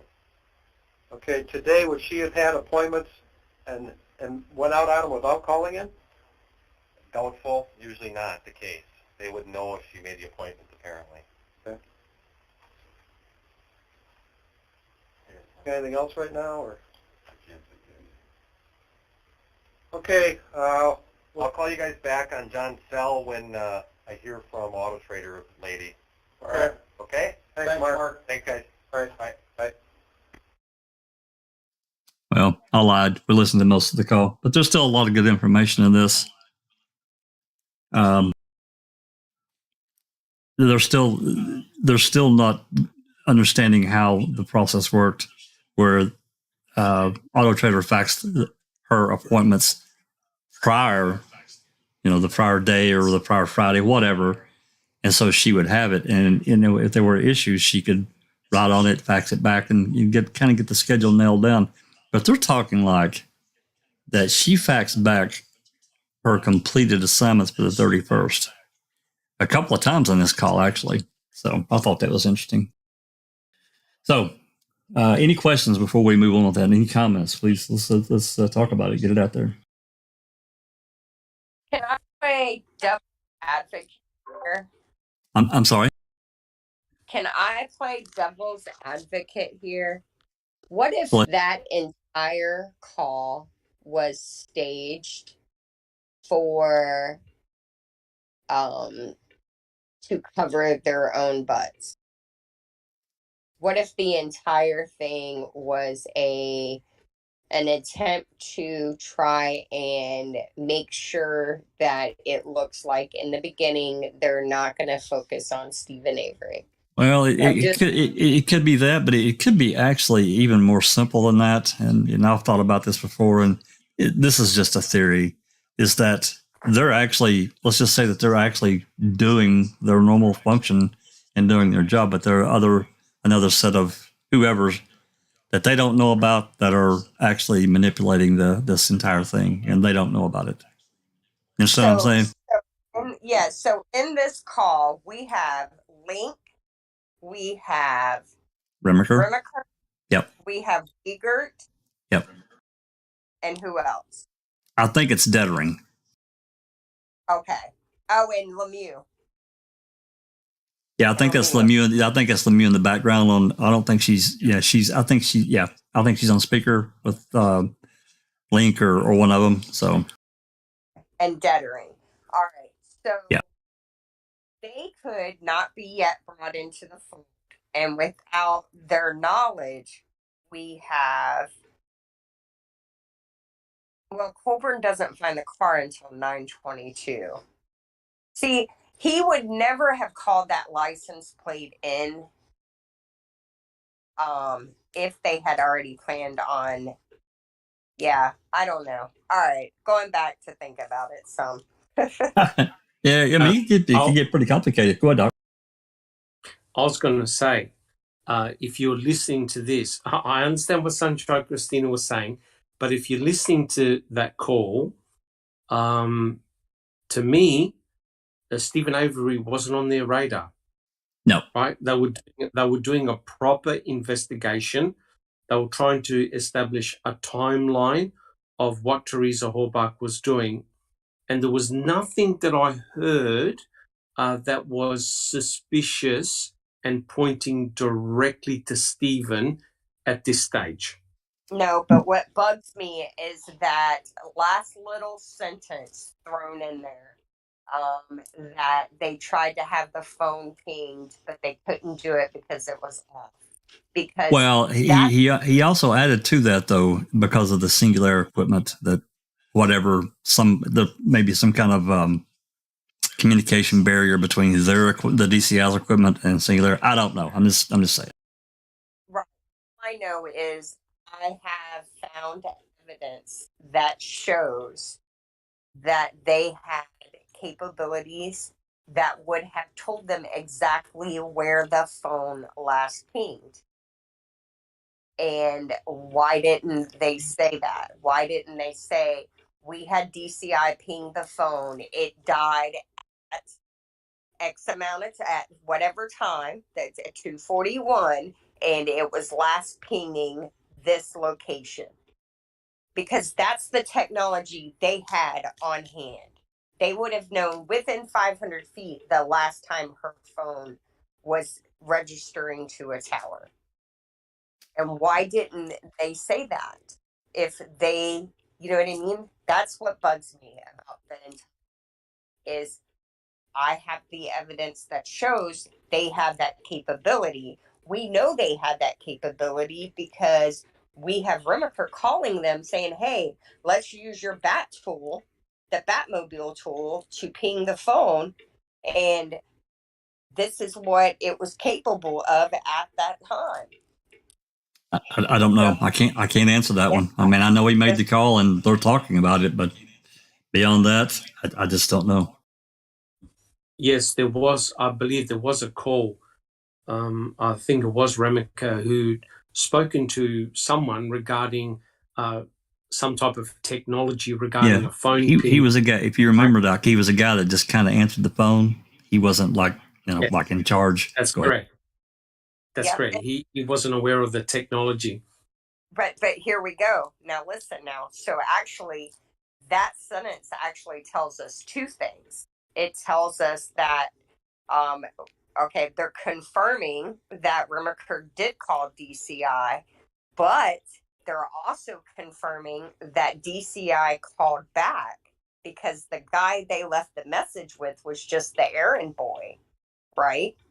And now we confirmation with that sentence that DCI responded back to Manitowoc County and they used their technology and they're putting onto the record that they couldn't track the phone.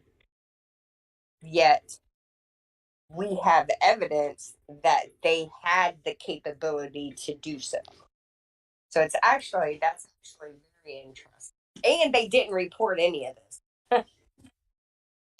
Yes, there's certainly a lot of mysteries. You're correct. But that, I mean, I've heard a lot of debates regarding that last phone ping from the Whitelaw Tower. Does it necessarily mean that Teresa Horbach wasn't on the Avery salvage yard? That seems to be the controversy. I mean, if she was on the salvage yard, would it have still pinged the Whitelaw Tower, or would it have pinged another phone tower? I think if she had actually last used that cell phone right around the Avery property, we would have heard exactly where had stopped pinging the tower. Instead, we have lies about accessing and using tower tracking to see where she was.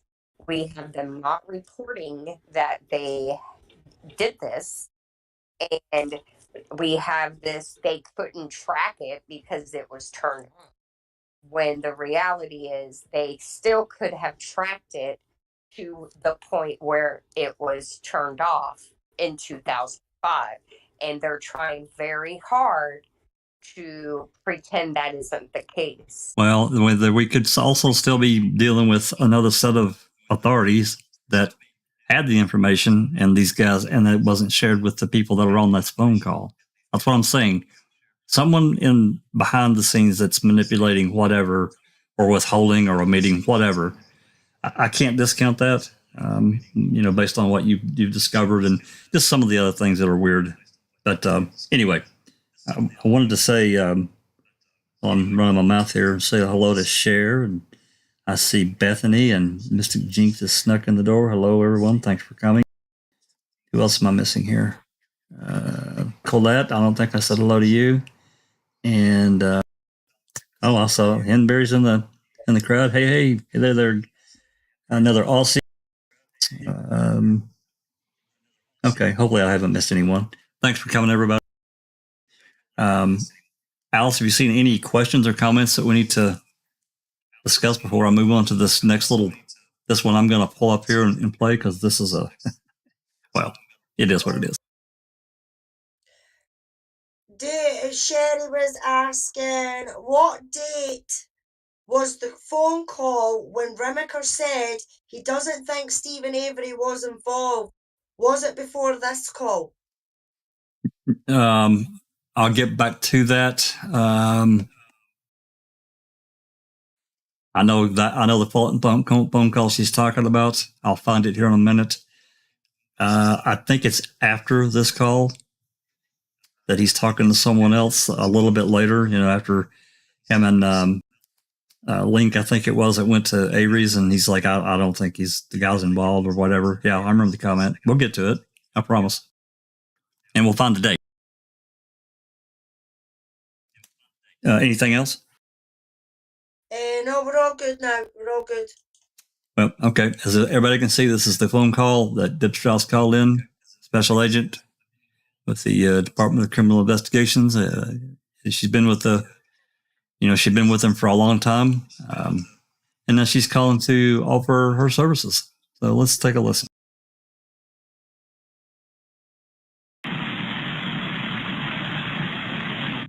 County Sheriff's Department. Yes, my name is Deb Strauss. I'm a special agent with the Division of Criminal Investigations. Mm-hmm.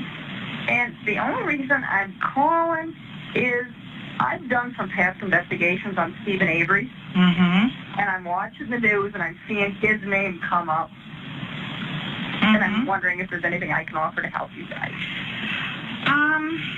How do you spell your last name, Deb? It's S as in Sam, Trauss. And I'm a special agent with DCI out of our Appleton office. And the other thing, and I don't even know if this is within my realm of authority to even offer, but I'm not a big fan of Steve Avery. If there's even something technical assist that our agency has that would benefit you guys. Well, right now everybody is gone. Okay. I can put you through to Investigator Wiegert's phone. He will be coming in tomorrow.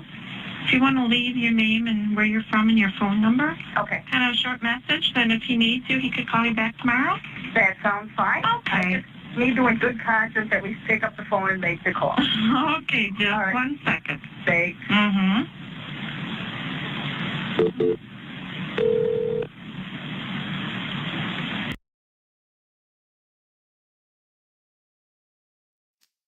I always thought this was a really interesting dissection of a person that was with,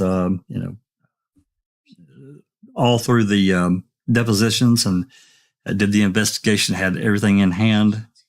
And she knows, I don't know, she probably isn't aware of the information about Gregory Allen for sure, that I'm sure about the rape thing, but she's aware of all this other information. Knowing what happened, she knows what happened, and yet she's still calling to say, "Hey, let me help you convict this guy. I'm going to help you get him. I don't like him. I'm not a fan." Don't you think that's one of the most insane phone calls you've ever heard? Absolutely. When you think about it, Deb Strauss was charged to investigate the shenanigans that went on in 1985 to put Stephen in prison for something that he didn't do, knowing full well that she had interviewed all the main players. So she would have had a feel of what had taken place, the mere fact that Stephen got targeted. Yet it never crossed her mind for 1 second that Stephen Avery was being targeted again, right, by essentially the same people, and that she had the gall to phone up and basically said, I don't like Stephen. I want to help you guys. Talk about a conflict of interest. completely insane. To me, Doc, it also shows a culture, a way of thinking about how they can approach a case. We're only really aware of the Avery case and their activities. I mean, there are other cases, obviously, we're aware of in Wisconsin, but this deep dive into it, we haven't really done. But it just blows me away that she's done all this work for the state in this case, and knowing what she knows, and here she is calling to say, "Hey, I don't like this guy. What can I do to help?" Basically, help you nail him. That's what I'm getting at it. I think if I could just make the comment, the hatred for Stephen runs deep, and also I don't think she appreciated being called up as part of the depositions. I really think she resented that. And if you have a look at Amy Lehman's deposition, right, the video, she even smiles and laughs. And you're thinking, wait a minute, guys. We're talking about a guy that spent 12 additional years in prison for no reason at all, and you guys are making a joke. I think what Deborah Strauss said really says a lot about how they treated and what they really thought of Stephen, right? They had no care, they had no respect, and they never certainly apologized to him. Amazing. Absolutely. So this is like my call. I love throwing this call out there because it is the finest piece of evidence that we have that it is an us versus them mentality. Okay? And it is not about justice. It's about solving the problem.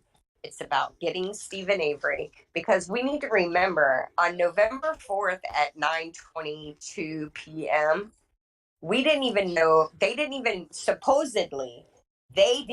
Teresa was dead. They didn't know where she was. They didn't know where her last stop was. The RAV hadn't been found yet.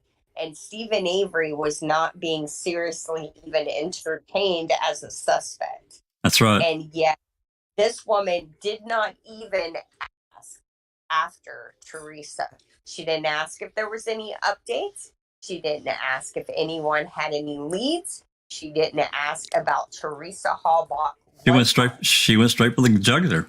I want to come help you nail this guy. That tells me that there was another conversation taking place, and Deb Strauss' entrance into the investigation was made with that call, but she had already had a call and was already speaking with people that she was going to come in and help get him convicted. And this call was the call putting it on the record. We've got a couple more calls to kind of tie in with this. At least one more for sure. But yeah, no doubt. Alice, comments?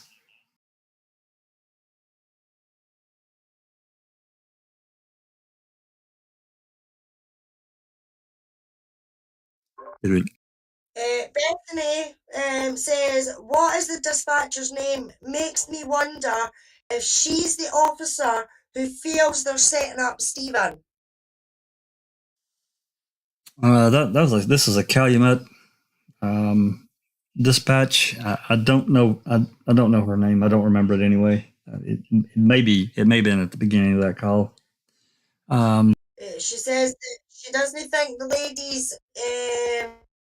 She doesn't think that the lady thinks that the call's right. As well, and she says that she's very dry with her on the phone as well.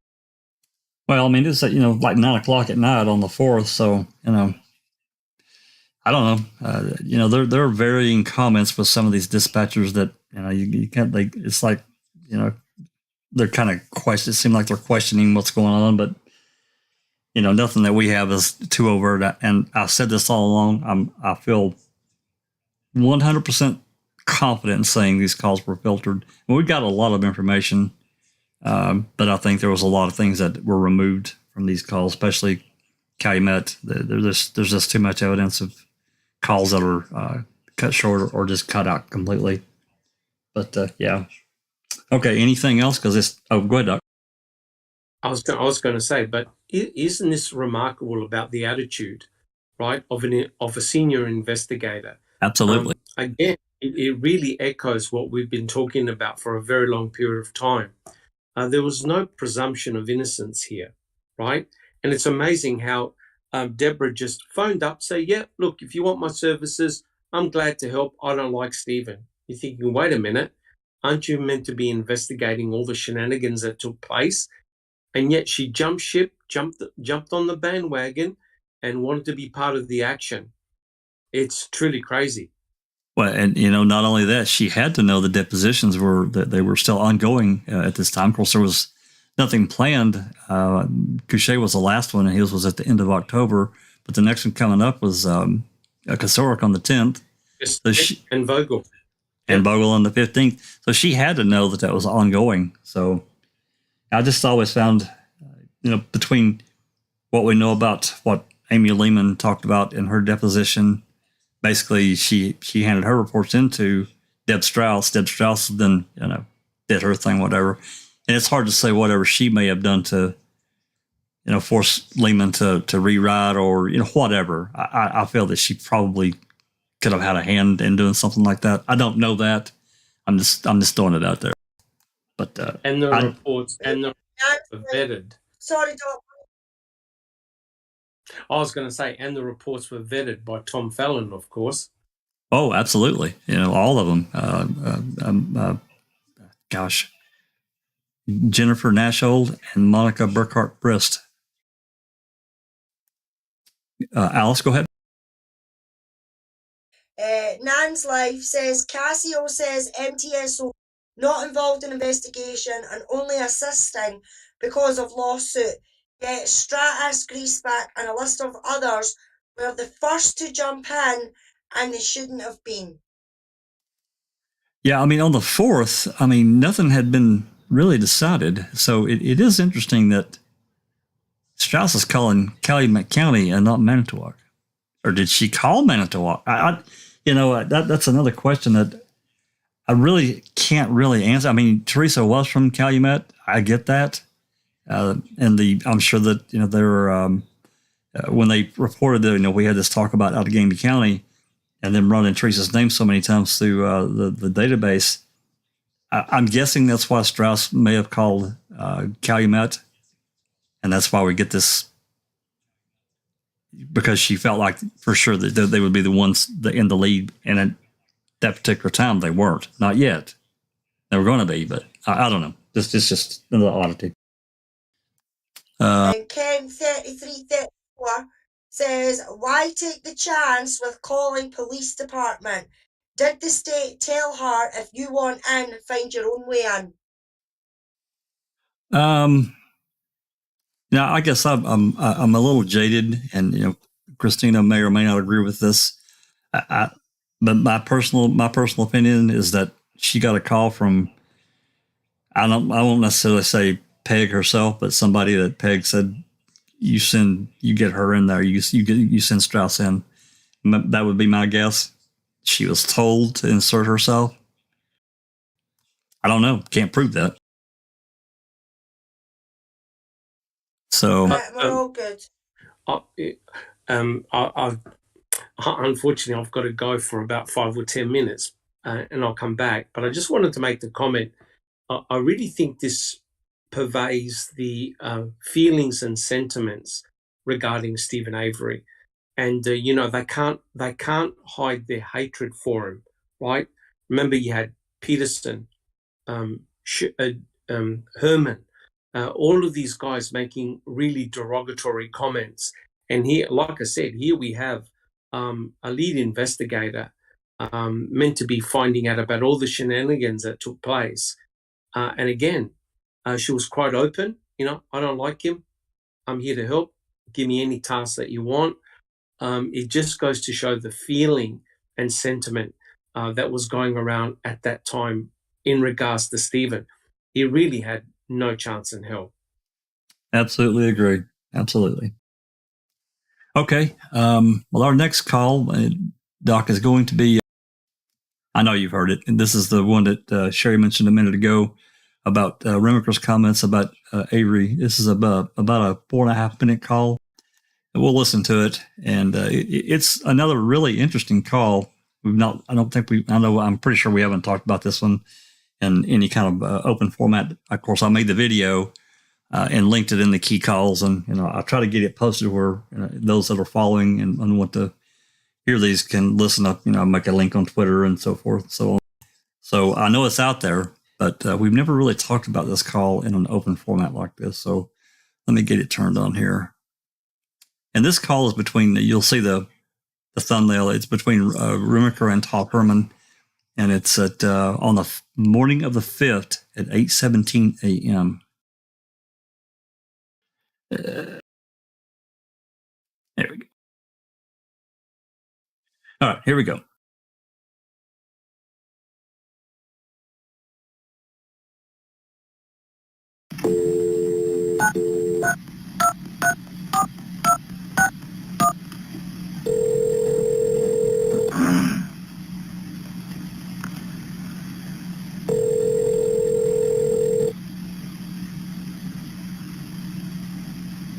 Hello, Todd Remaker. Yeah. How you doing? Hey, man, just who I was looking for. Uh-oh. Did you get any pass on from Singlab last night? He said he told you everything he knew. He's got one little pink note on the side of the beat sheet. I don't know what that was. Oh, okay. In the insurance commander's office? Yeah. That did scribbling on there. Okay. But I had a guy call me this morning. Okay. He said he thought it was Monday. He was driving towards the pier and he saw a RAV4. He thinks it had that Toyota symbol on the back. It was either green or blue. Okay. Nobody, he doesn't know who was driving it or what or where it was on the interstate, but he thought it was about 8:45. But I think it was Monday. 8:45 a.m.? Yeah. That would have been too early, huh? Well, yeah, I'd like to know where she was after that, like He said this was 8:45 going p.m. northbound on the interstate. Okay. He gave me a phone number, 682-2976. Okay. Green or blue, you said?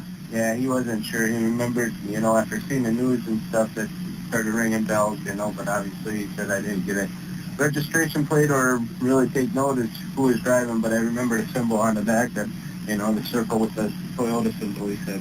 Okay. So, all right, yeah, Singlab calls me at home at about 12:30. Well, I don't know what to do. What the fuck are you... He does that all the time. taking notes. Yeah. I mean, if the worst case scenario, just take the notes and follow up on it. Well, if we're getting calls, about this and that, I don't know what go out and see if the car's there. I mean, granted, you don't have to make contact. Yeah. But make a frickin' decision, you idiot. Does that all the time. Well, you're his neighbor. You're his number one contact there. Negative. He said he tried everybody else and nobody's answering their phone. Yeah, I wonder why. Yeah. Hey, I'm just curious with the aircraft up, did they check roadways and stuff too, or? Yeah, I haven't heard. Yesterday morning we were supposed to get the GPS coordinates for Avery's place and then Zipper's place. Yeah, I think Ork gave him the link. Yeah, and then, so I didn't know for sure if they were going to go up and do it. I watched, you guys weren't going to go with them. No, I watched the news last night and I heard that they were going to go up and check it. I don't believe they had old Stevie on there. Yeah. He was really cooperative. I went out there with Link and we searched his house and he was pretty decent. I don't think he's got anything to do with it. That's my gut feeling. That other guy, that Zipper, boy, he's a shady character. Well, even her roommate didn't look. No, I watched him on TV on the news. Yeah. Boy, he didn't look up or nothing. He was just kind of. No, that's what I kind of got. He kind of looked a little. Different. Yeah. But who knows? I'll see when something turns up. Yeah, definitely. Okay. All right, so there was nothing that he got that needed to be followed up on, or? Not that he told me. He said, I gave everything to Dave. He said that he'd take care of it. That's no kidding. Okay. Yeah, he said, I gave everything I had to Dave. He called? He said, after that, he said nothing else really came in. Okay. So he said, nothing I have to worry about. All right. Okay. All right? Good enough. Talk to you If later. you need me, give me a call. All right. Bye. Catch you.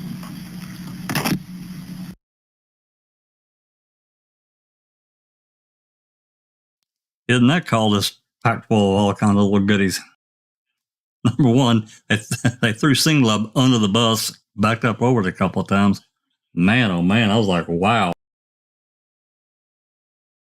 Yeah, I've not really heard that call. I mean, there's that many body calls, but I've never really heard that one before.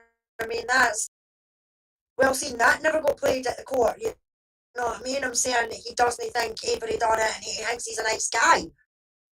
Yeah, they You never know, played. that's Now completely that opposite. Yep.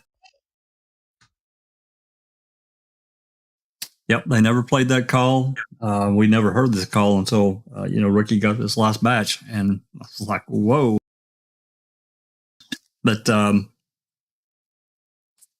that was actually a pretty big statement of Remaker, and he's just talking, from his gut feeling when him and Link went out Thirsty's house.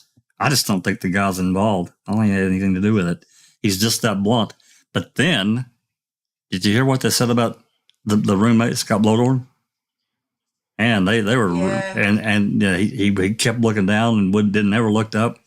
That's a tell. I'm not a psychologist or someone that reads people, but that is a tell. I know it is.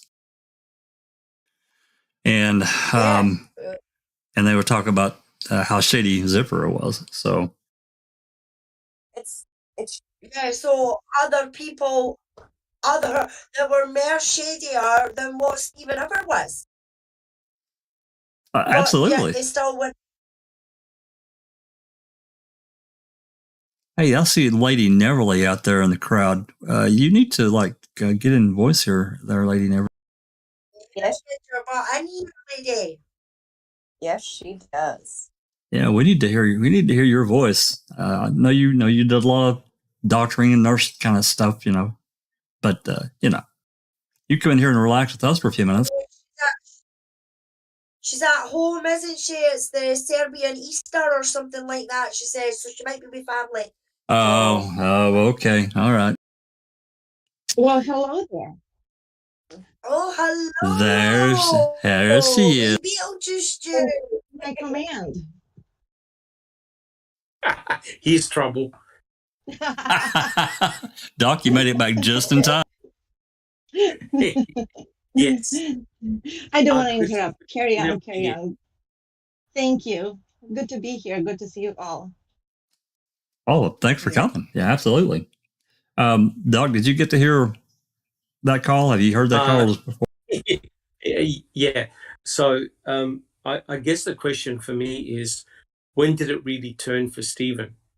And I think we have to look at this. It's definitely the finding of the RAV4 on the property where things really, really took a nosedive for Stephen. Because when you're listening to the detectives and others, there's no real spotlight on Stephen at this stage. But then things drastically change. When was that point? When was that point where things started to change for Stephen? And clearly, the finding of the RAV4 by Pam of God turned everything around. Yeah, same too. Absolutely. I'm looking for this other call. I know I put it in the Jack, if I may, Mm-hmm. Do you remember the date of that call when Pagel was all giddy? When he was asked point blank, is it true that you found body parts? And he goes, oh yeah, and much more. The key, blood on the key, and he was in the car, his blood was in the car. Remember that? And when he said it all paid off. It was the 9th or the 10th, one of the two. And I want to say it was the 9th. Let's see. Looks like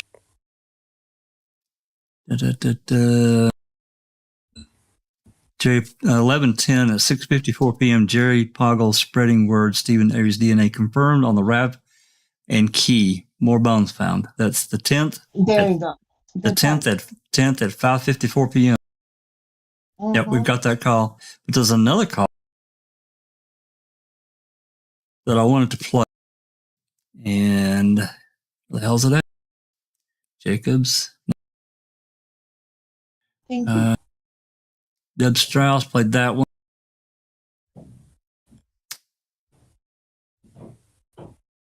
The Rumaker call and Herman got that one. Okay, this call must be out of order, or what the heck is going on here? It's the call that the next one I wanted to play was the one where the Assistant Attorney General, what's his name? It's one we've never heard before. It starts with an F. Do you remember it, Christine? His name is, no, it's escaping me at the moment.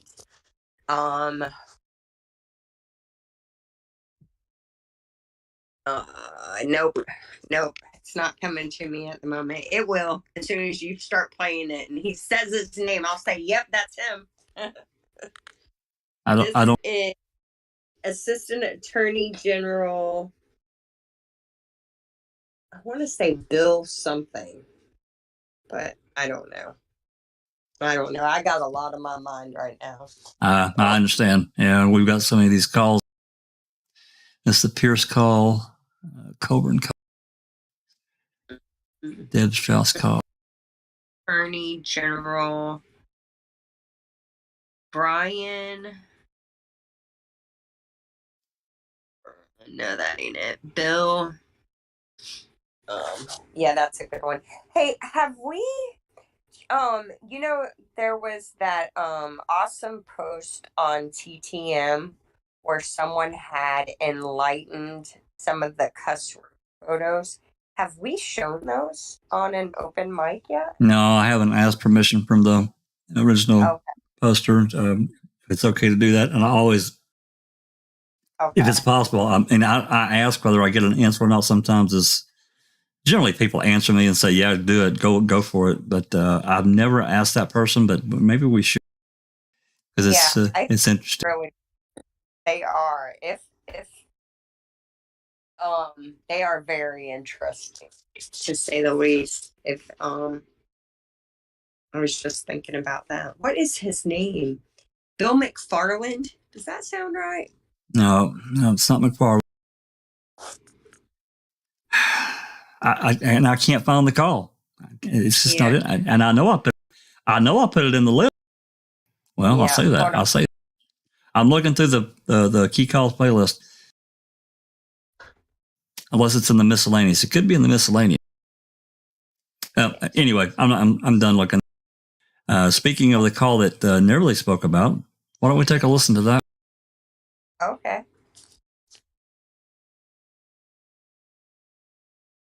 Depending on when Dan can. Sorry, the call was in the middle here. All right, hold on just a second.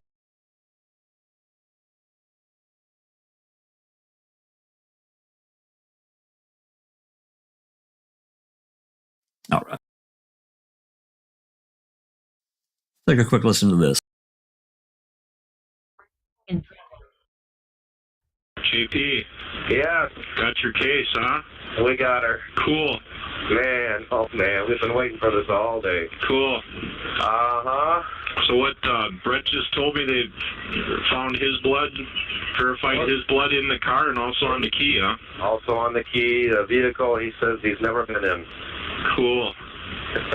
Cool. Great. Yeah. This is fantastic news. Good. Hey. All paid off. One thing I got to ask you here quickly. Yeah. That skid steer, do we still need to take that down to Madison tomorrow or not? No, it's changed. What we'll do is collect it, and we're going to bring it back to the sheriff's department. We need to store it somewhere. Well, apparently we're storing the vehicles in storage sheds. We might as well just put that in with them, right? No, we can't have them together. Okay. They have to be separate because of the possibility of contamination. How about in separate units? We can't have the two vehicles together. We got to have separate units for all of them. Okay. Well, instead of renting two, why don't we rent three? Yeah, what we'll do is why don't we just get the vehicles tomorrow? Yeah, I'm planning on doing that tomorrow afternoon. And then we'll see tomorrow what the plan is on those other vehicles, the Fister and the golf cart. Oh, okay, so there's two units out there. Yes, we got a Fister. Okay, well, we can work on that during the day. Yeah, you can let me know.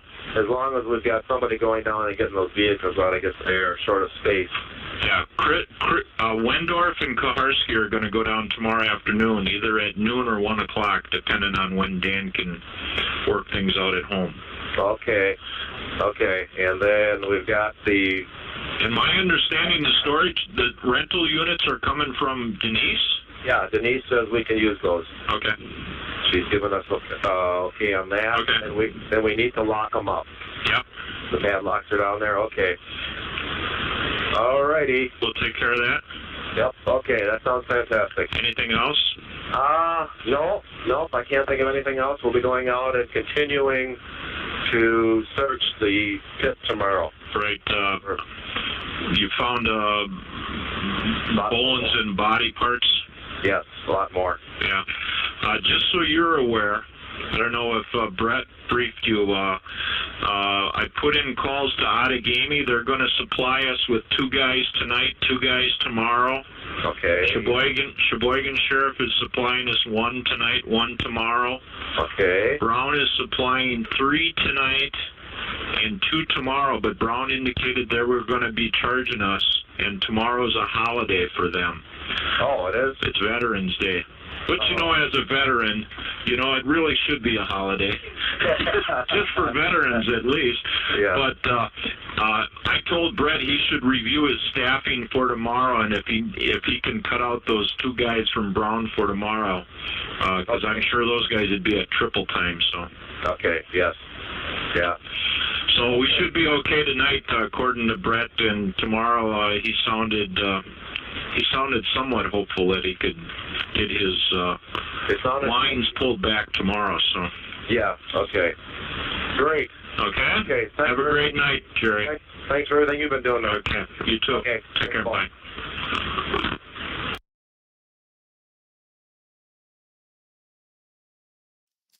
That's an interesting call. Since you brought it up there, Lady Neverly, give us your thoughts.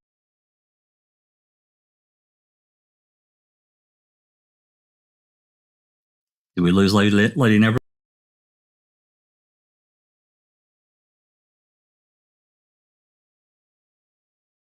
She probably fell off her chair. But can I make a comment before Neverly comes in? I mean, let's summarize this call, right? They're acting like a bunch of Boy Scouts, right? They're laughing, they're carrying on, they're probably high-fiving. And, we're talking about the death of a young woman here, right? It's quite clearly that their aim was to nab Stephen Avery at all costs, right? Absolutely. And, they're sprouting out all these things like, no, keep the cars separate. You must keep those cars separate because of the potential for contamination. Well, someone must have forgotten to tell Pagel that Cherie Cohane already swabbed both vehicles, right? Oh yeah. And both the Pontiac Grand Am and also Teresa Horbach's RAV4 were in the probably side by side. Absolutely. In the garage, and they were swabbed by Cherie Cohane, who had all the swabs with her. So it's one of those moments where the horse is bolted again. They're coming up with all this, post crap. We must do this. We must do that. Guys, this is all after the fact. It's too late. Perfect. Cohane had already done the swabs. All done. Yeah, like 4 days earlier. That's the 10th that she did at least 3 days earlier. She did the swabs on the 7th. Isn't that right, Doc?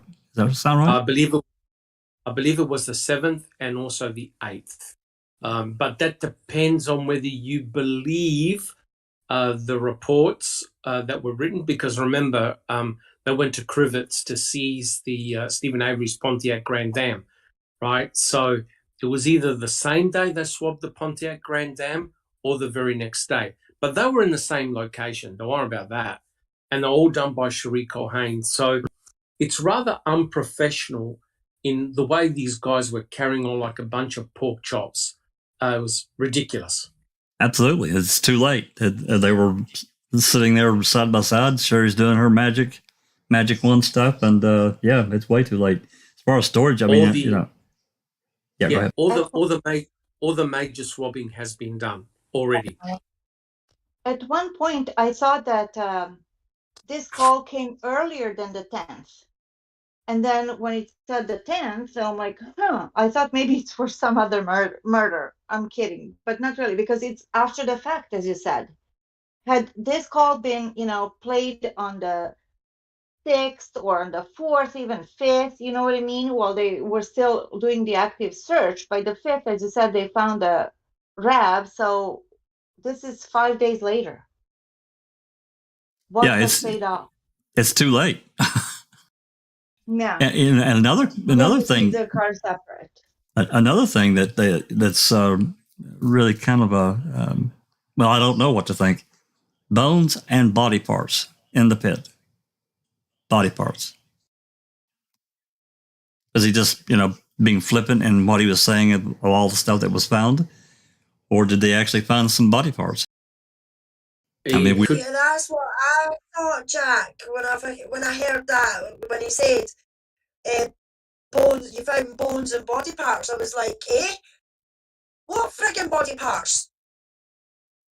Well, that now jibes in very, very interesting, because remember the report that we read out about Fallon and Kratz writing that report, basically stating that there were bones found at the clandestine burial site.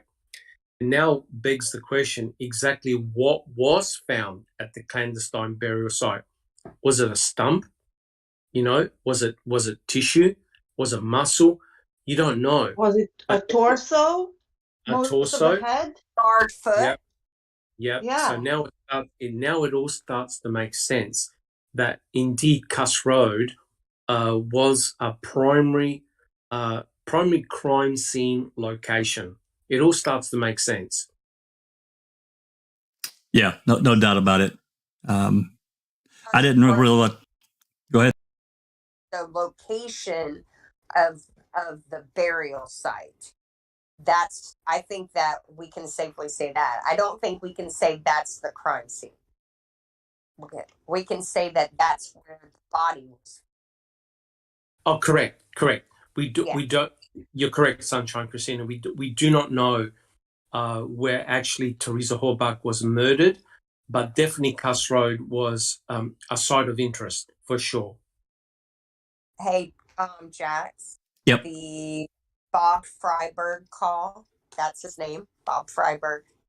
I just dropped it into. Well, maybe I didn't. Anyway, that's his name. Is it in the miscellaneous playlist? Is that where I put? Yeah, but I thought that call went into Calumet. That might be it, though. Maybe No. That call was to Manitowoc. It was to Manitowoc. Yeah, he was looking for Rimmer. Oh no, he was looking for Roar. Roar. I'm not Rimmer. Roar. You're correct. Roar. Okay, that is the call then. It was. Where did you drop? It should be in Open Mic 10.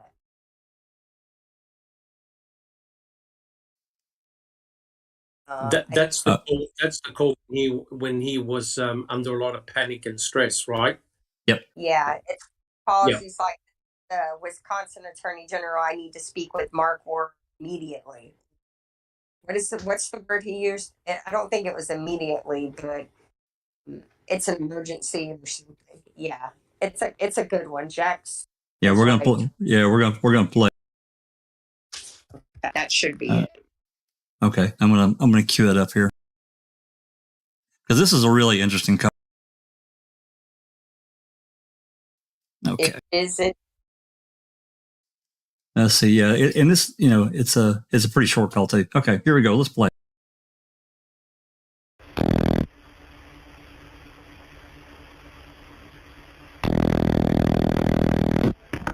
Manitowoc County Sheriff's Department. Hi, my name is Gary Freiberg. I'm with the Attorney General's office in Manitowoc. Say, I got a call from Kim Skorlinski, who is a long story. Bottom line, I'd like Mark Rohr, the DA's phone number, home phone number, or cell phone, or whatever you can give me. I can't actually give you that. Well, can you call him and ask him to call me? That I can do. That I don't have a problem. Your name again? It's Freiberg, F-R-E-Y-B-E-R-G. This is concerning the missing woman. Okay, and your first? Stuff that they're trying to get done right now. Okay, and your first name? Gary, G-A-R-Y. And you're with? Attorney General's office in Madison. Okay. And your callback number, Gary? 608 442 Okay. 8654. Okay. I'd appreciate a call right away. I will get a hold of him as soon as I can. Thank you very much. Bye now. Bye-bye.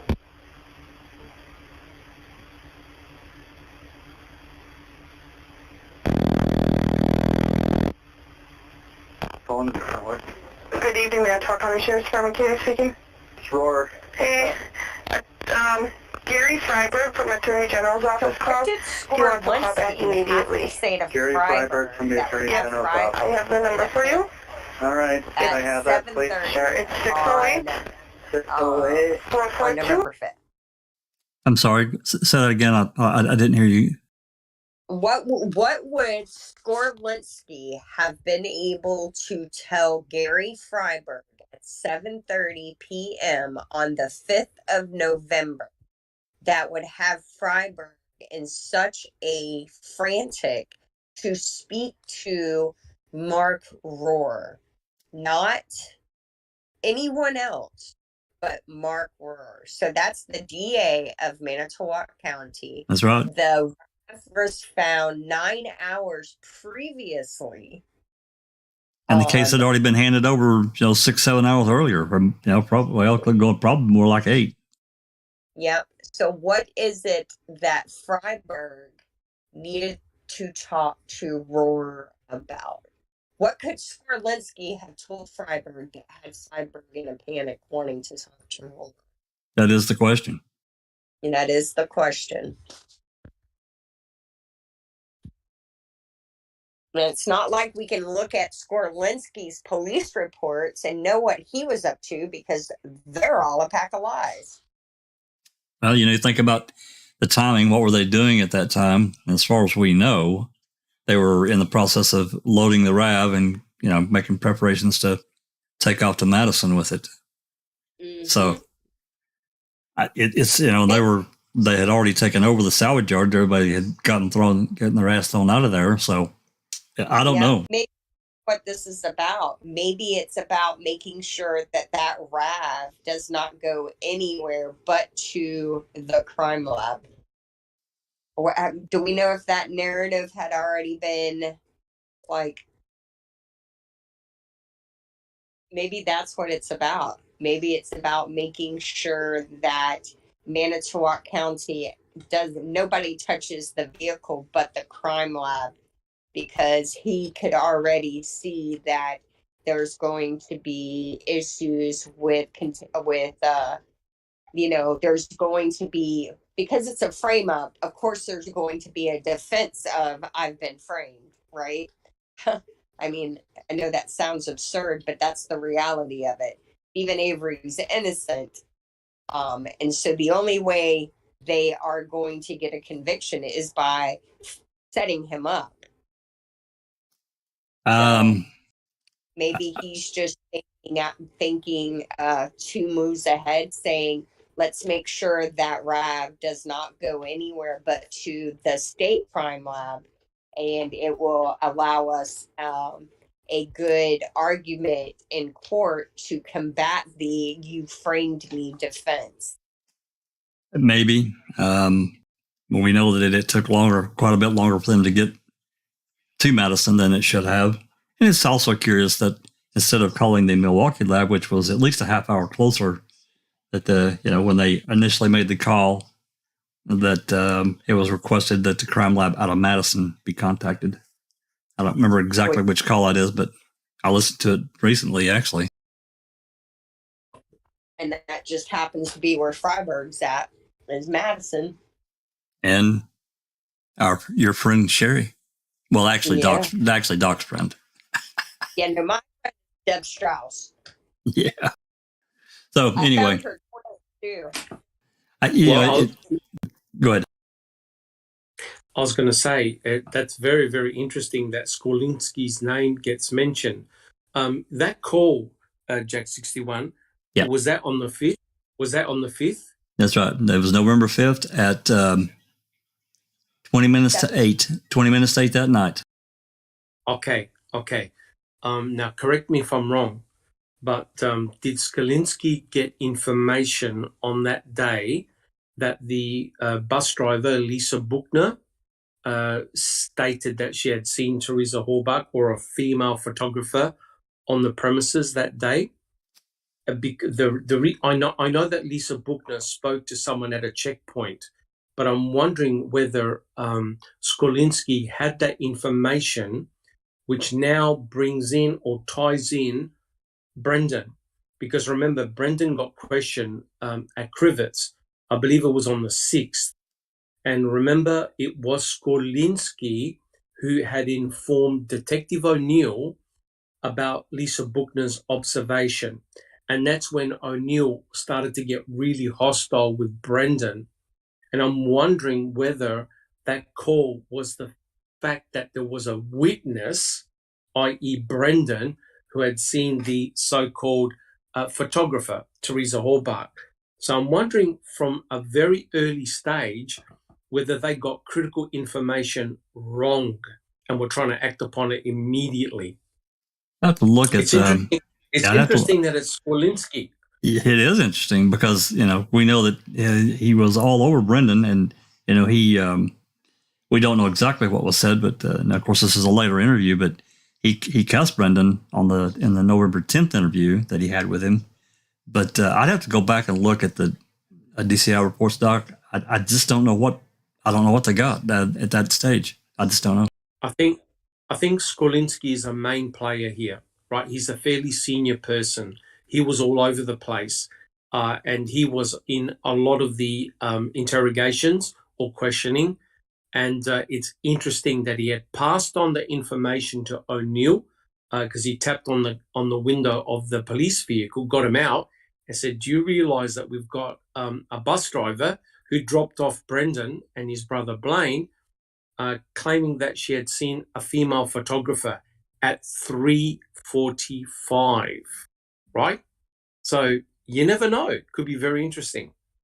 Yeah, well, Skolinski partnered up with Strauss, too. Yeah. And I find that interesting. Well, was that his assigned partner?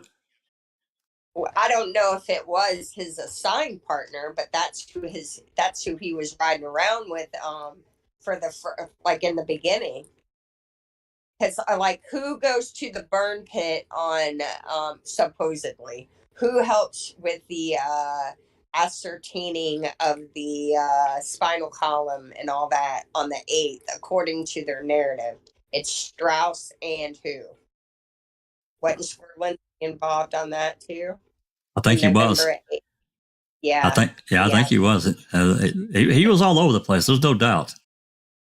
And they kind of, and like Skolinski, I'm looking through the DCI reports right now, and it says that Skolinski on the 7th filled out a search warrant return back to Calumet County.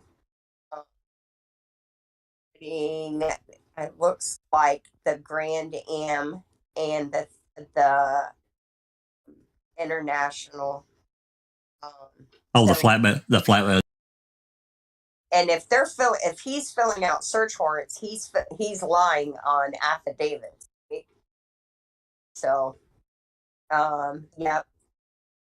And Chuck to drive the truck. I'm trying to see. Yeah, I just can't remember because there was so much going on. You know, another problem that we have with not only, I mean, we can't really tell from the queso investigative report. A lot of times we don't know exactly when a report was actually filed. I mean, we can tell from a date that they say that the event happened, but that's different than when they actually turned it in. You know, it could be weeks later. We know for a fact that it was a real problem with the DCI. Oh my God, some of them are terrible. Weeks and weeks later. Yeah, Skorlinski was with Strauss when they interviewed Brendan. Because, see, they have O'Neill officially interviewing Brendan, but Deb Strauss was standing right outside the vehicle telling him what to ask. She was the little master of that whole charade. That whole Well, anything she could do to help nail Stephen. You know, she didn't care about collateral damage to Brendan. I'm sure she didn't.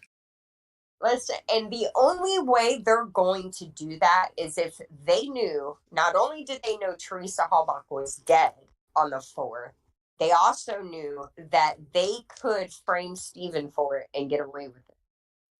Well, they're holding all the keys. They got the keys to every lock and to every door. So, and you know, it's easy when you have that many. You know, you got state agents, you got county agents or county deputies and officers. I know, but you got to remember now, according to the official narrative, her bones weren't found weren't confirmed until the 9th.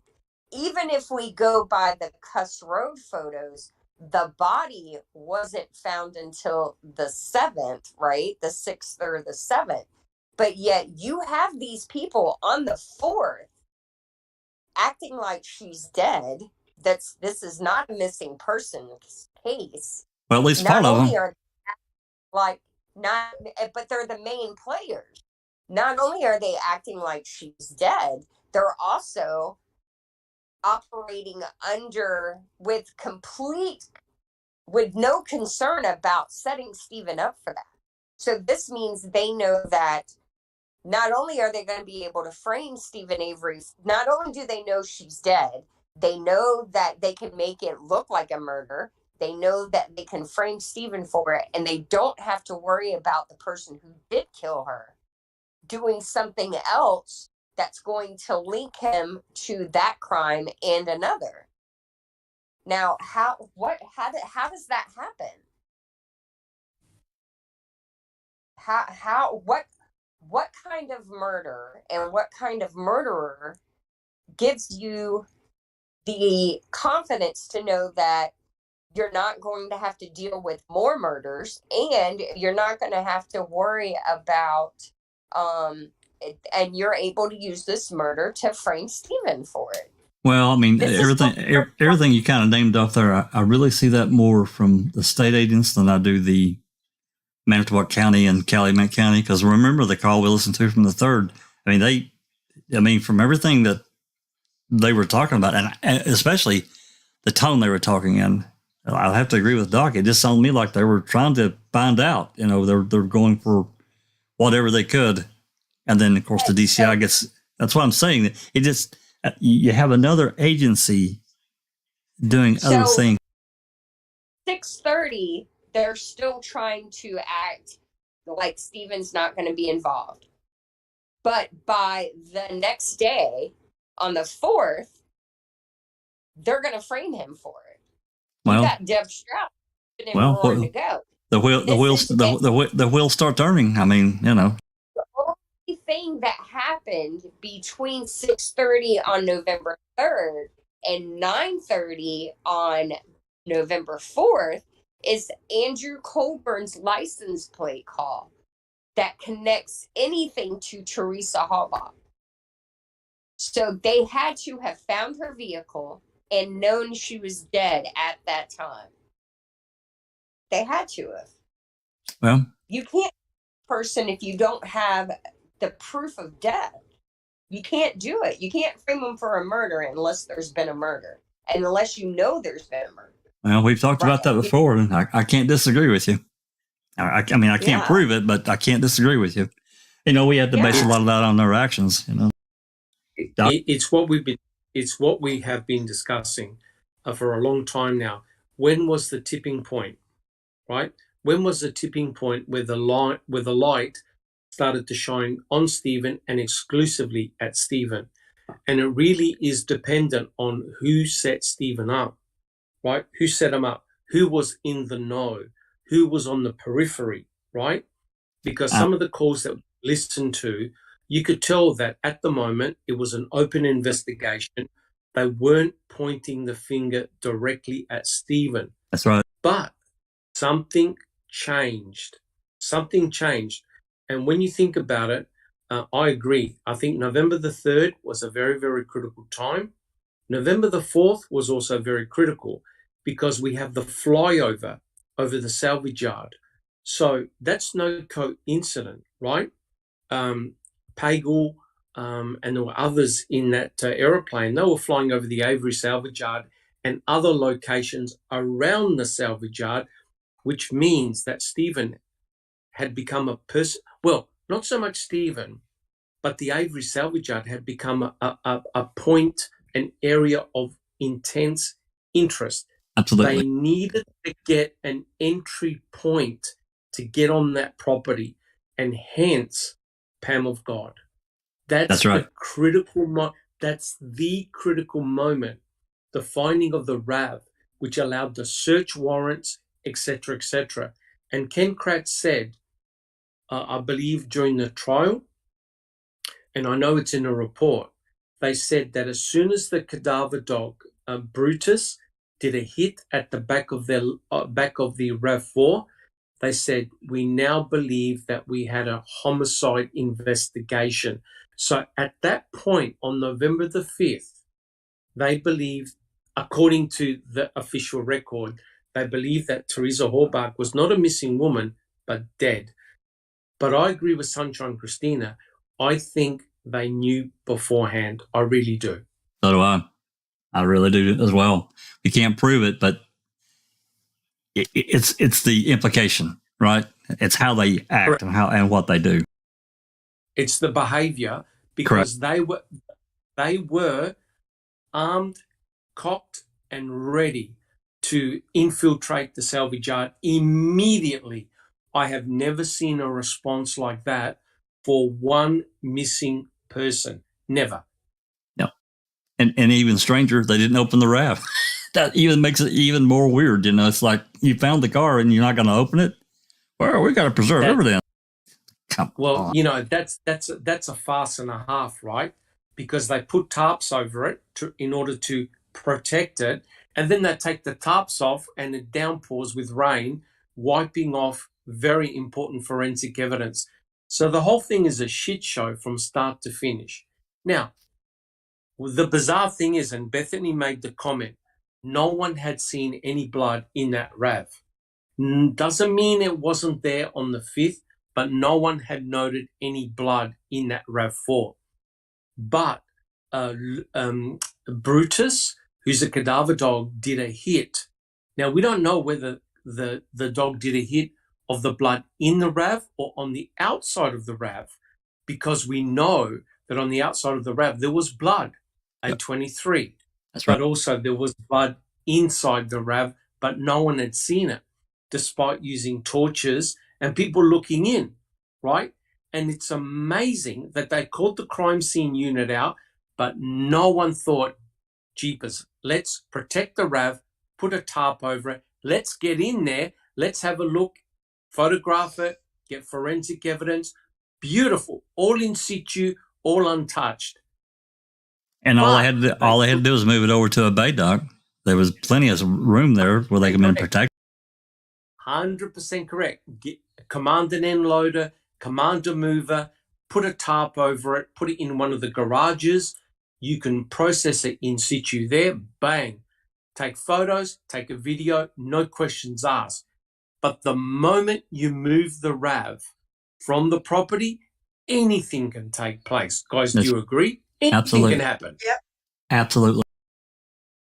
Absolutely. Alice, I see that we've got a couple of questions. You want to take care of that? We've got Nan's Life, who's asking how many warrants were prepared on November the 5th to warrant a gaggle of DAs on scene. How many warrants were prepared? Yeah. That's a good question. I can't answer it. I'd have to go count. And then Lancaster York says, when was Deb Kay's meeting with Peterson, Wiegert, Rollins and Fisher? Don't know that one either. It had to be sometime after the 4th, but I can't tell. I don't know that date. Sunshine, do you know? I didn't know there was a meeting. Am I muted? Did y'all hear that? Yeah, no. Okay. Yeah, I heard you. Yeah, I didn't either. Yeah, that's interesting.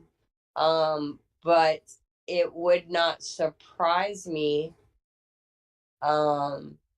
Fisher is a county attorney for Manitowoc, I believe, right? Lancaster? I don't know. Don't know that name. I think. And see, that's the kind of meeting you have before you have a change of plans call. Alice? Yeah. Nan's Life says, Greaseback told me the only reason he was on site was to assist with the prep of warrants. Yeah, he actually he's made that statement before publicly, that he was just there to assist with warrants and that kind of thing. He didn't really... That sounds like the kind of statement he would make, too. Yeah, absolutely. I don't believe him at all. I don't either. No, Bethany says there's no way Pam would have seen the blood on the back of the RAV, i.e. the spare tyre cover. The door handle area, absolutely ridiculous. We sit in a crappy, bloody, dark photos. Yeah, you know what's funny about that, though, is there looks to me, I mean, we have some terrible photos, but then we have some really good photos. And there clearly was there was blood on the rear gate on the outside of it. Yes. And A23. A23. And yet they don't talk about that. They don't, and it's like they intentionally don't speak of it because well, they don't want to draw attention to it because they didn't, probably at that time, they didn't know whose blood it was. Exactly.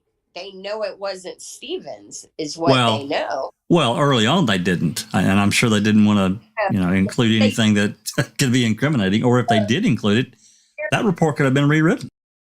Here's the thing: if Andrew Colburn called in the license plate at 9/22 on the 3rd, and they know the RAV was not found on the Avery salvage yard, and they got it back to it, they know that blood isn't Stevens. Oh, of course. They know, yes.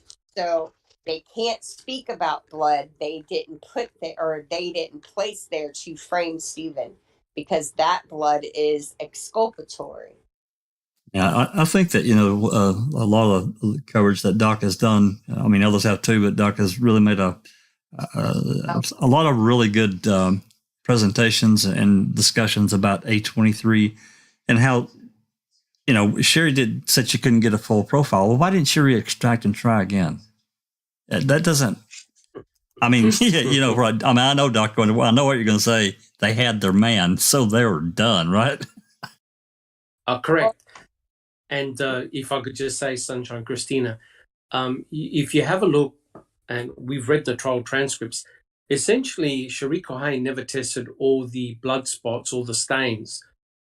The state essentially stopped looking the moment they so-called found Stephen Avery's DNA in the RAV4 and Teresa Horbach's DNA in the RAV4, they basically stopped looking.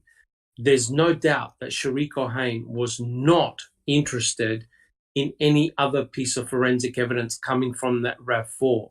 Right. So we have blood on the back door handle, and we also have fingerprints. The state doesn't care. The state has not bothered looking any further. And certainly, if you were doing this in a proper investigation, you would definitely go back and re-extract A23, run it through CODIS, and see what type of hits you get, right? Now, no police officer, Pam of God, her daughter, or anybody else who was near that RAV4 admitted that they had bled, right?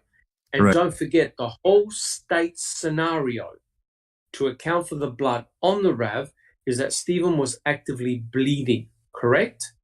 So now you have another individual that can't be Stephen, it can't be Brendan, and it probably isn't Teresa Horbach either, because otherwise Shariko Hain would have said, well, we can't exclude Stephen, Brendan, and Teresa. That's right. Of the alleles that have come up. But interestingly, Shariko Hain remains silent. She goes, it was only a very partial profile. We couldn't get anything, but she was pushed. Does it exclude Stephen? Yes, we can exclude Stephen.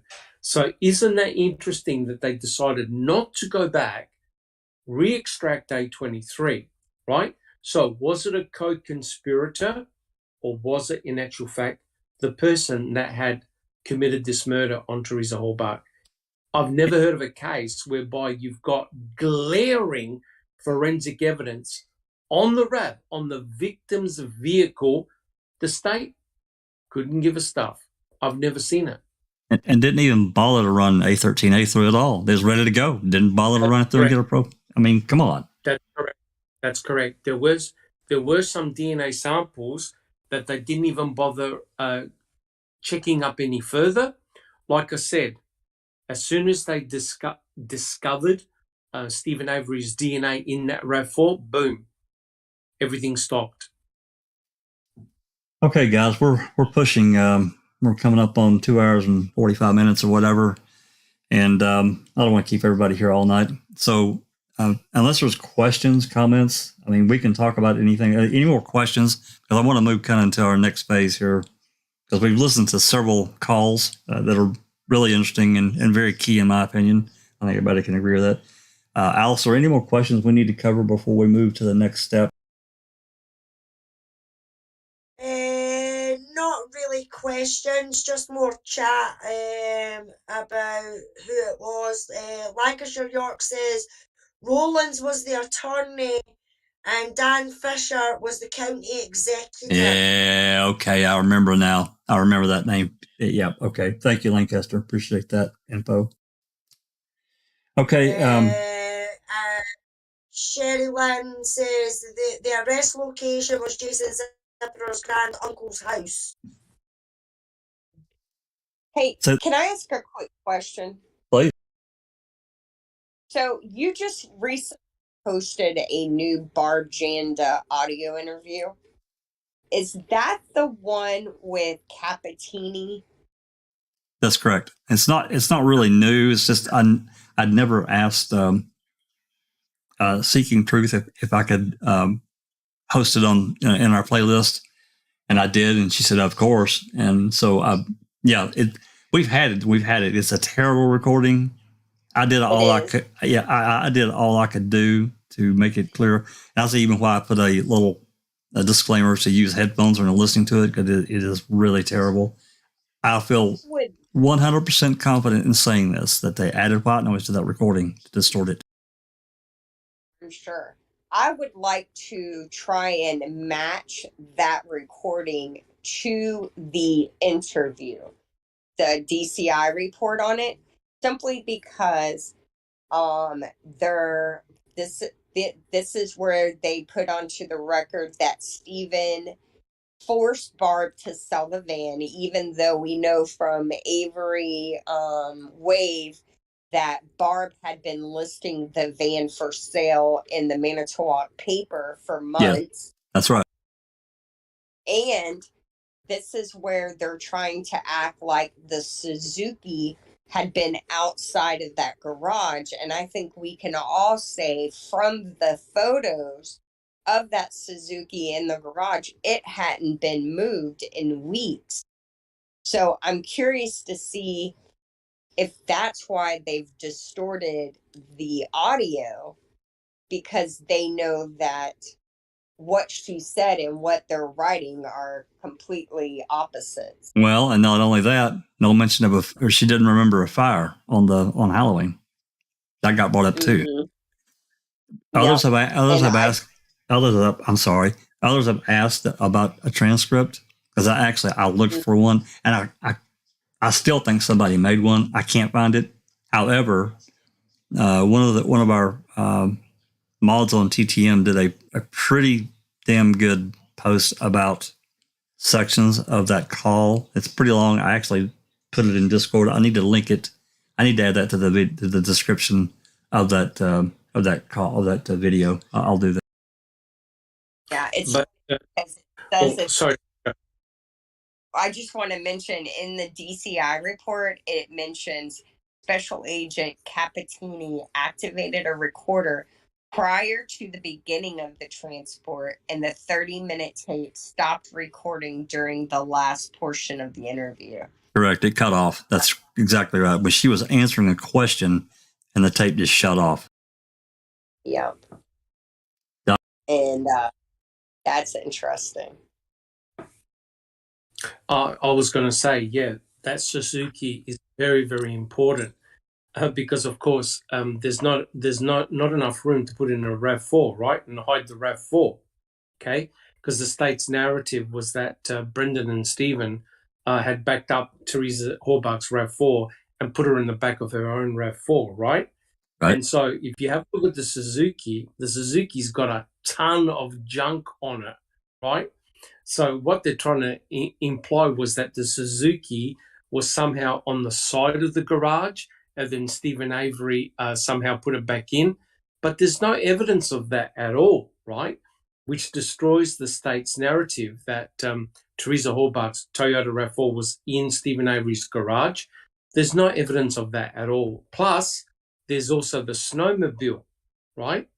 And it's interesting, isn't it, guys, how when you have a look at the computer simulation, the computer pictures, the garage miraculously looks really clean.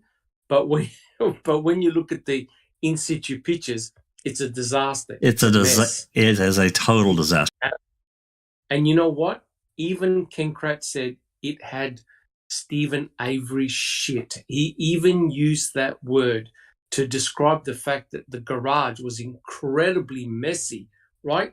So now, are we now to believe that Stephen Avery was able to meticulously clean the blood from someone being shot at least twice in the head and, 8 to 9 times in the body? Come on, guys. It's getting more ridiculous by the minute. Well, that's part of when we talked about this. That's why we talked about this actually a little bit yesterday. They manipulated and you showed those animations instead of actual photos, because there's no way that they could do anything to those photos, actual photos, to make that look anything less than a disaster. And blood would have been on something, no doubt. Correct. Because when you get shot by a bullet, high velocity bullet, you get the back spatter, right? And it's fine mist, right? It's a fine mist. How on earth is Brendan and Stephen going to clean away all that fine mist of blood and other types of, tissue, bodily fluids from that garage? They luminoled absolutely everywhere, and they jackhammered the cement, right? Because they believe that some of the blood would have seeped in. They found, what did they find, Jack 61? Not a damn thing. Not a damn thing. And yet we are to believe that the only DNA outside the RAV4, on that entire property was on item FL. Oh, Lord. Give me a break, guys. Yep, absolutely. And I think we can all agree that's why they did the animations. so they can manipulate. And, Buting and Strang didn't necessarily go to say what we're saying, but they kind of did because they were shooting angles that wouldn't be normal for a normal person to look at. But this is also a part of it. They cleaned that garage up so much in those animations. It's just completely insane. Correct, and you don't get a true sense of perspective as well, how far things are from one another. But it's interesting that in Making a Murderer, I think in number 1, Buting and Strang actually visit the salvage site, right? They talk to Chuck, they bring a camera, they're looking at locations, they're looking at the homes, the properties, the burn pit. They get a sense of perspective, right? So they know where Chucky saw the lights, where the crusher was. That's exactly what the jury had to see. They had to go on site, do a tour, and look for themselves and see how ridiculous things really were, Crazy. I was just going to say that. But I'm going to go back mute again. Sorry, Neverly. Sorry. Oh, it's okay, but you're so right. The crucial point, if jury saw all that quote-unquote shit, as Kratz says, Stephen's stuff, they would know, oh boy, there's no way he could have cleaned up this. There's no way that this would have happened. You know what I mean? They would get a sense of a real picture. This way, they could just only, I've never been on a 40-acre salvage yard. I wouldn't know what to look for and how to imagine it. You know what I mean? It's really left wide for interpretation. Correct. Correct. And at the end of the day, guys, what have we been talking about? It's all about impression, leaving an impression on the judge, on the jury. And unfortunately, the state were more successful in pushing something that never took place. That's the scary aspect, I believe. And even scarier, guys, I'm sorry, never that. Even scarier to add to that, they did a lot of it by omission, by not turning things in that they should have, that the defendants should have had. Correct. And sorry, Neverly, if I could just quickly add, if you have a look at the depository of all the photographs that we have seen, I'm telling you, 99% are totally irrelevant. That's right. Totally irrelevant, waste of time. All the crucial ones we don't know or we don't have. Interesting, isn't it? You try and find an in situ photograph of a cremain in a burn pit or elsewhere, you have nothing. So all the crucial stuff, there's a lack of photographs, there's a lack of documentation, yet there are thousands of photographs on just rubbish. Incredible, literally. Yep. I wanted to say is, remember when Rowley was on the stand, Roland Johnson, and when he said that he shot 3,000 rounds. Correct. So he probably, most likely, did not pick up those shells after himself. And here we are. After all of that search, they found item FL. Just like that. No, he wouldn't have picked them up. And, of course. People out in the country or whatever, they've got an area that they shoot. Unless an area is going to be mowed, somebody's going to run a lawnmower over it, they're not going to pick that stuff up. They don't need to. Yeah, but the jury would have seen 3,000 shells and more. Oh, absolutely. I agree with you. Yeah, and would wonder about that one that contains quote-unquote Teresa's blood, DNA and whatever.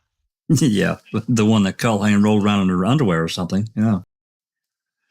Okay. I'll pull up a PDF file, but you know what? Let's do this. I can shut this up. I'm going to leave it up to you guys. You want to look at a couple of PDF files, or do you want to look at photos, or do you want to do kind of both? I'll leave it up to you guys. It doesn't matter to me because I've got a couple of PDF files that I've actually pulled up that are interested in conversation in the last few weeks. This is one I've got pulled up as one of the main ones, but I'll leave it up to you guys. Photos or a little paperwork? Either one. the one. We've gone for what, nearly 3 hours. We're doing good. Yeah, we're actually we're not quite 3 hours, but we're getting there. Okay. Well, in talking about what Doc just talked about, a lot of the stuff being so irrelevant, and he's right, it is irrelevant. But out of all that, there are some nuggets that have been found, and the what I'm fixing to show you is to the tenacity of Sunshine Christina, and she's got to take her. She doesn't like to do it. She gets a little embarrassed about it, but this is a big one, and my hat's off to her and her tenacity and getting something in her teeth and not letting it go, just keeping after it. I think she did this one. It wasn't necessarily the open records request that she sent in. It wasn't. There was no harsh words or anything like that. It was like she just got after it about what she wanted, and bam, she got this stuff. This is the disturbed earth warrant, and I just wanted to, kind of run through it. I'm not going to go like real quick, but I'm not going to read the entire thing either, so no worries there. But this warrant, and there's been a lot of discussion about, well, this is from the guilter side, and I got into a lot of arguments, and I'm sure Christina did too, about this warrant. It's unfiled, it's unsigned, it's irrelevant. Well, the fuck it is. I'm sorry, it's very relevant. The only reason this didn't get filed is because Todd and Carrie Vanderwerf gave permission for them to search. Verbal, and they probably had to sign some paperwork, but they gave them permission. That supersedes any warrant, so they didn't have to file it. Doesn't matter if it's unsigned. There is absolutely no way somebody sat around on a computer and typed out all this shit and put it in there just willy-nilly. They're bored. Not a chance. And I don't know if everybody would agree with that or not, but I feel really confident in saying that because there's some very specific things in this, and it ties with other people. So can everybody kind of agree with that, or you want to play devil's advocate here?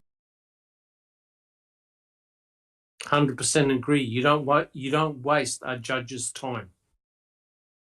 100% agree with that.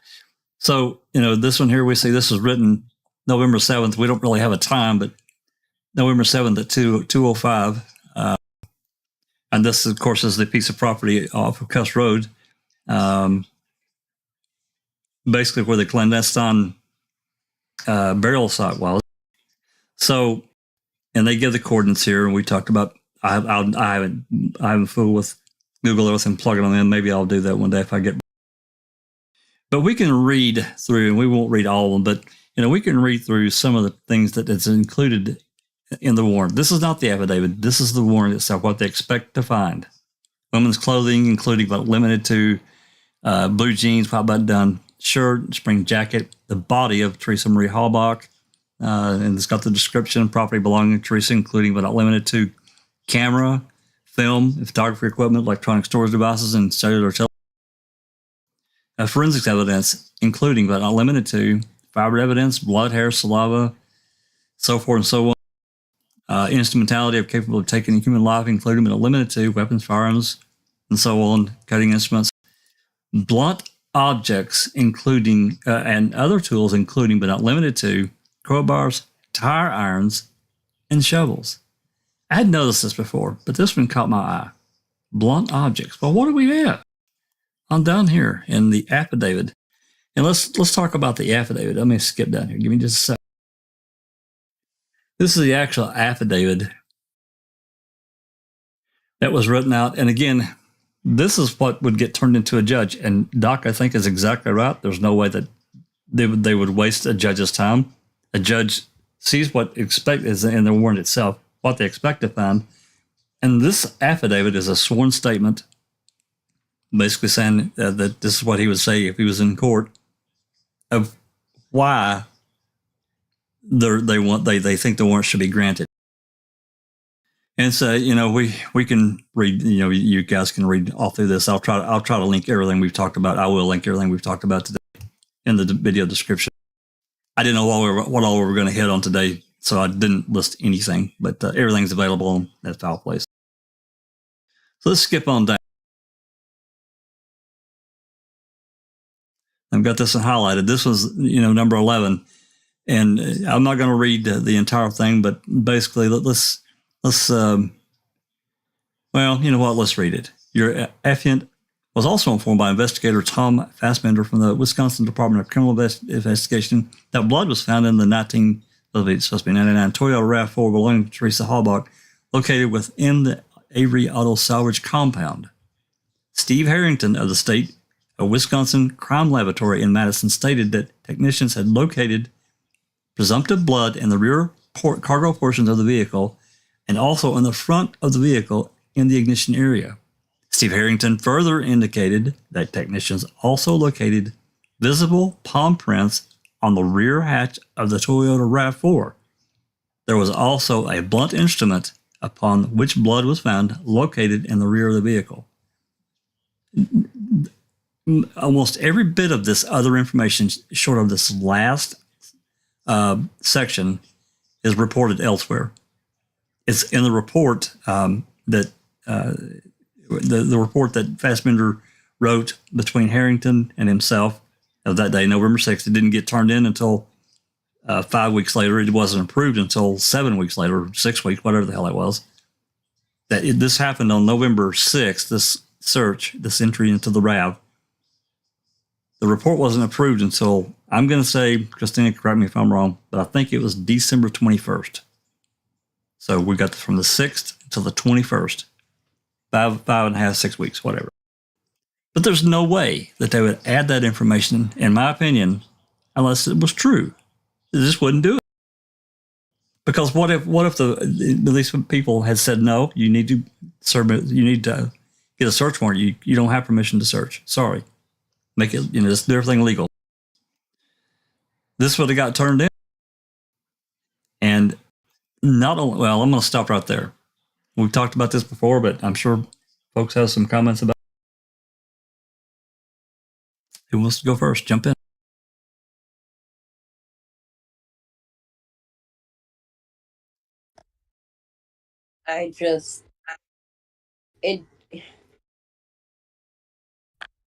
Why would you not want to bag and photograph a blunt instrument upon which blood was found located in the rear of the vehicle? Why would you not want to test it? Why would you not want to mention it to the media? I mean, this was, I think, what date is this? The 7th? That's right. Yeah. So, I mean, this is before we have a body, supposedly, and this could very well be the murder weapon, and it's not being discussed. It just, it defies common sense if justice and the truth were the goal. Other than this one document that you were fortunate to get, nowhere else is this mentioned other than number 6 and the search warrant above, where he mentions blunt, blah, blah, blah, whatever. Nowhere that I'm aware of in the case. Yeah. Doc, got anything? Oh, Doc must have he's got to step away. Now, really, Alice? TTM Fangirl says, help me, is this a new document? There a search warrant and an affidavit? Well, it's new to us. Christina got it several weeks ago, but that's how search warrants are done. The search warrant is written of what they expect to find, and then the affidavit, the sworn affidavit, is prepared for their justification going to a judge. That's how it's done. All the affidavits, all the search warrants are like this. Hopefully that answers. I mean, that bloody instrument, I mean, that alone is sus in itself. You know what I mean? If they found a bloodied blunt instrument in the back of that car, where the fuck is it? Well, that is the question. To me, it sounds like they have already found it, but they need a warrant to go get it. Otherwise, I mean, yeah, they can list of objects that could cause head injury, or blunt trauma, head trauma and whatnot, but I don't know much about it. It just sounds to me, a lay person reading this, that they found something, but they need a warrant for it. Yeah. Does that make sense? Yeah. But Yeah.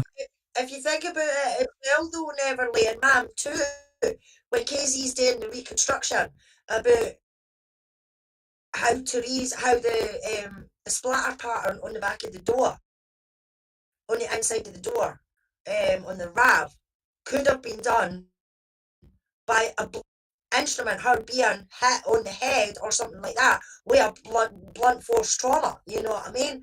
That puts that right into place. So, did they get it tested? Did they take it? Did they get it tested? And the blood wasn't Stephen, so they weren't going to bother because they were after Stephen. I mean, it just puts up too many questions, in my opinion. It does to me too. It just completely blows me away because this alters everything, and it shows a pattern of dishonesty. In my opinion, I hate to be blunt about that, but you want to believe. I do believe that there were several of these officers that were just doing their job wherever it led, but I think there are a small circle that weren't. That's what I believe. You can't prove necessarily other than by implication alone. And we've just showed you this implication. This tire tool here, now this does not belong to that. It is not part of the toolkit for that RAV.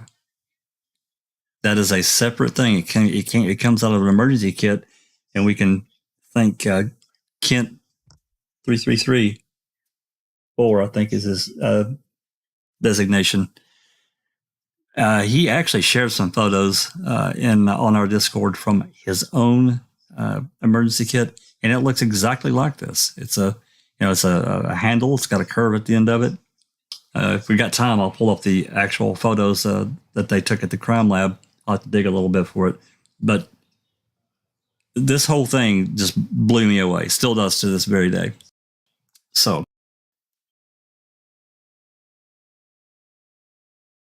Especially with an affidavit being attached to it. That's right. That's like, do you swear that this is what you found and what you're telling the judge is true? You know what I mean? And they're basically saying, aye, this is why we need the warrant. So as an actual legal binding document for a judge to... But why is that not being added? Why is that not in the final sort of report? You know what I mean? Could it be the fact that they did test it, and because it wasn't Stephen, they just put it aside? I mean, it's baffling. It really is. Well, yeah, I mean, no matter what, it should have been listed as evidence. It should have been bag tagged and examined. And clearly it wasn't. It got lost in the shuffle somewhere. But, there's, even more, really some really interesting information beyond this that Doc actually had, when we talked about this unfiled warrant a few weeks ago when Christina got. This number 12, your offense is informed that a grid search was performed by volunteers in an attempt to locate Teresa Halbach and evidence pertaining to her disappearance. Volunteer searcher Mike Bushman was assigned as the leader of Team A, working north from northeast from a conveyor belt in gravel pit area immediately southwest of Avery Auto Salvage compound. Searchers were spaced 20 feet apart, containing a group of 12. A volunteer searcher in the group informed Bushman that he observed a disturbed area of earth. The disturbed area of earth was located on the Todd and Carrie Vanderwerf property located on Cuss Road. So a couple more interesting areas. Your affiant is informed that Sarah Fausk of the Kaukauna Police Department, accompanied by her canine unit, Loof, assisted in the search.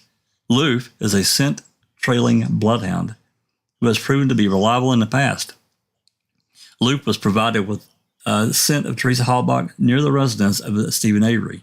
Loof detected a scent near the residence of Stephen Avery and followed it along a wood line in a east-west direction to Cuss Road.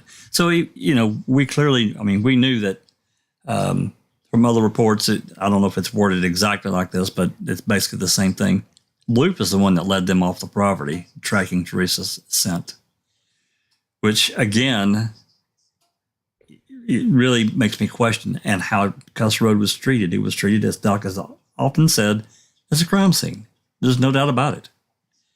By every measure that if you just were shown photographs, don't know anything about a case, and you said, hey, kind of describe what you see here. What does this look like?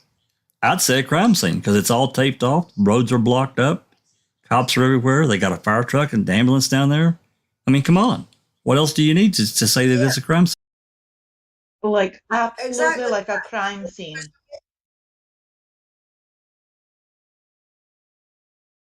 I'm sorry. Yes, yeah, there's more crime scene tape and more shenanigans and things like that going on at Cuss Road than there ever was on Stephen's property. Now, you've got to remember, Stephen's trailer is the place where this is all supposed to have happened. You know, the mutilation, the rape, the gunshot, everything like that. But there is more crime scene tape, Cuss Road, and vehicles and action and everything like that at Cuss Road than there ever was round Stephen's trailer that is supposed to be the main crime scene. Well, like this goes to question, you just goes to question, if all that shit happened, as you're talking about, Alice, if all that happened at the trailer, what the hell is all this stuff at Cuss Road? Come on. Yeah, exactly. If you were to put the photos in front of like law students or something like that, with the Cuss Road and Avery's trailer, and as you say to them, which one out of them do you think is the crime scene? I guarantee you they would point to Cuss Road because of the amount of vehicles and bodies and tape and everything like that that was there on that scene. You know what I mean? Plus personnel too. Personnel. Plus the audio, plus all the audio. Mm-hmm. No one comes down here. And work during the night. Yeah. Well, thank God. TJ Anderson. Yep, go ahead. Thanks for joining us, TJ Anderson. He's asking, whose wife was it that owned a funeral home? It was Bushman's. Bushman's wife's family. And it was called Pfeiffer. Yes, Pfeiffer. I was trying to think of it. Yeah, I was trying to think. Thank you, Neverly. I was trying to think of the name of it. You're welcome. I had Pfizer in my brain. I'm like, no, that's a medic. No, yeah, Pfeiffer. Yeah. Interesting. And then it was sold, and it became Wheatling, or something to that matter. Correct, and no one signed for these alleged bones of the Bone Gate in 2011. No one from there signed. Yeah, here we go. Jack and I talk about this all the time. The bones were never asked for by the family. We cannot believe that they just out of the goodness of their heart that the state returned the bones. I tried to find out who initiated contact. I was denied that request. They didn't say it didn't exist. I was just denied. That was from the DOJ. Well, I would like to see that document, to complete the picture, to close the loop.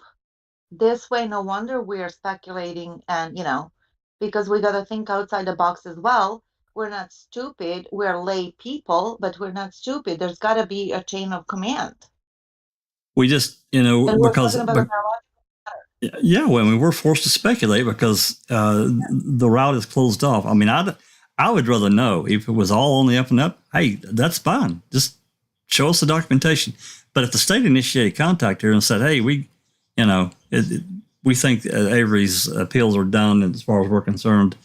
Would you like these remains back? So you can do a proper burial of Teresa." I'm all for that, and I think that would be the right thing to do. That's not what happened. You may. Yeah, and didn't the state respond at one point that they didn't say that the family initiated the return of the bones. They just said that the bones were returned inexplicably. Well, They that's why never mentioned that's how the that the judge. family. Yeah, that's how Judge Flowers tried to justify it. It was inexplicable. Yeah, and she then blamed some officers who were not forensic anthropologists, and that's why, like, it's okay for him. You know, he made a mistake and oopsie by returning, because how could he ever know which bones are human and which are not human?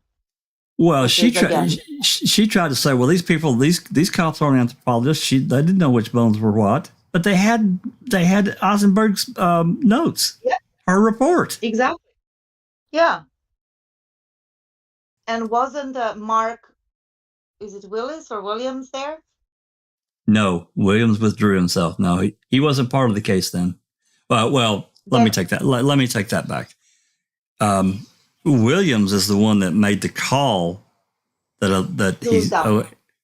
Yeah, he was, supposedly calling Fallon, but he oopsied and called Zellner and said, we really need to check this bag to see what's in blah, blah, blah, blah, blah, blah. Because I think I personally, this is my personal opinion, he knew that something was wrong. He had already looked. Those bones were gone. Those tags were gone. And he wanted the hell out. There's no way. No way. I'm sorry. No way. Mark. Yeah. But besides Tyson, there was somebody else there too. I want to say Gone. In 2011, it was Fallon, Wiegert, Fassbender. There you go. There was 5 of them: Fallon, Wiegert, Fassbender. I know Hawkins was there. There was, without pulling it up, I'd have to look. I'd have to pull the document to find the 5th one, I'll do that here in a minute. But yeah, they had Leslie Eisenberg's report. They had Eisenberg's report. Absolutely, they did. Yeah. So this wasn't inexplicable in stupidity and unethical behavior. Yes, but certainly not that they didn't know and that they couldn't match. This tag number is this bone. This tag number is that bone. It was Gone. Yeah. Gone was there. That's the other one. Mm-hmm. And he absolutely knew better than to do what they were doing. Yeah. And he was the one who wrote up that statue, wasn't it? He helped create it, yeah. This was his creation back in 2000. Absolutely, it was. Mm-hmm. So, and T1. Go ahead. Sorry, Jack. T1's saying, question: if law enforcement knew everything from the start, why was there ever a Cuss Road incident?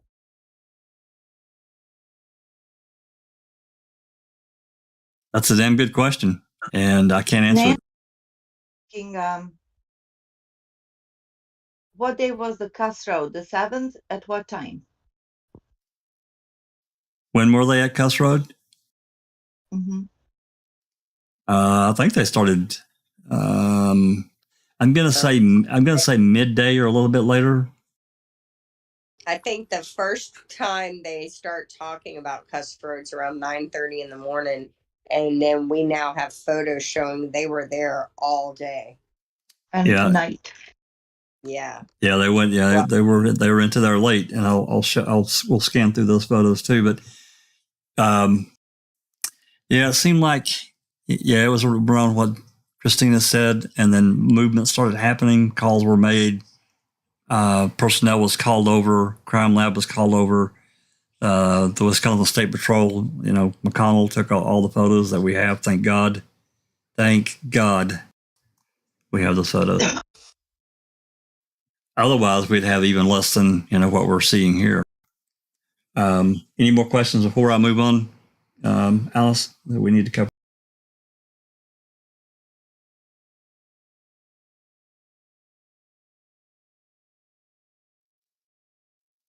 Apparently not. Okay. No, we seem to be all right now. Okay. Let's go through number 16 here. This is another one that Doc pointed out. Your fan is informed by investigator John Dettering, and this is where we found out that Dettering was there. He acted like he wasn't, but he was. The Calumet County Sheriff's Department, the excavation site is approximately 3 feet by 4 feet in the area. The area of disturbed earth is lightly covered by pine needles, while the surrounding area is densely covered with leaves and pine needles. Investigator Dettering observed a bushman insert a flag into the area of disturbed earth. The flag went in with little resistance. Doc also commented about that too. Investigator Dettering then observed a bushman insert a flag in the area adjacent to the disturbed earth and noted that it went in with substantially greater resistance. Dettering also located a piece of nylon rope wedged between a log and a tree approximately 20 yards south of the disturbed earth. Dettering noted that there was a small section of white plastic sheet material protruding from the ground in the area of disturbed earth. Dettering noted that there is a trail running in a north-south direction near the area of disturbed earth. On the trail, Dettering located a piece of blue tarp approximately 3 inches by 3 inches square. Your affiant believes that based upon his training and experience, this section of blue tarp and piece of white plastic sheeting would be consistent with materials commonly associated with covering and concealing buried objects. And that's pretty key too. That's pretty important. So basically he's saying something was rolled up and buried in that section of ground that they're now digging up. So to me, this is a whopper. And I owe you a big, giant sweet tea, Christina. Big one, if you like sweet tea.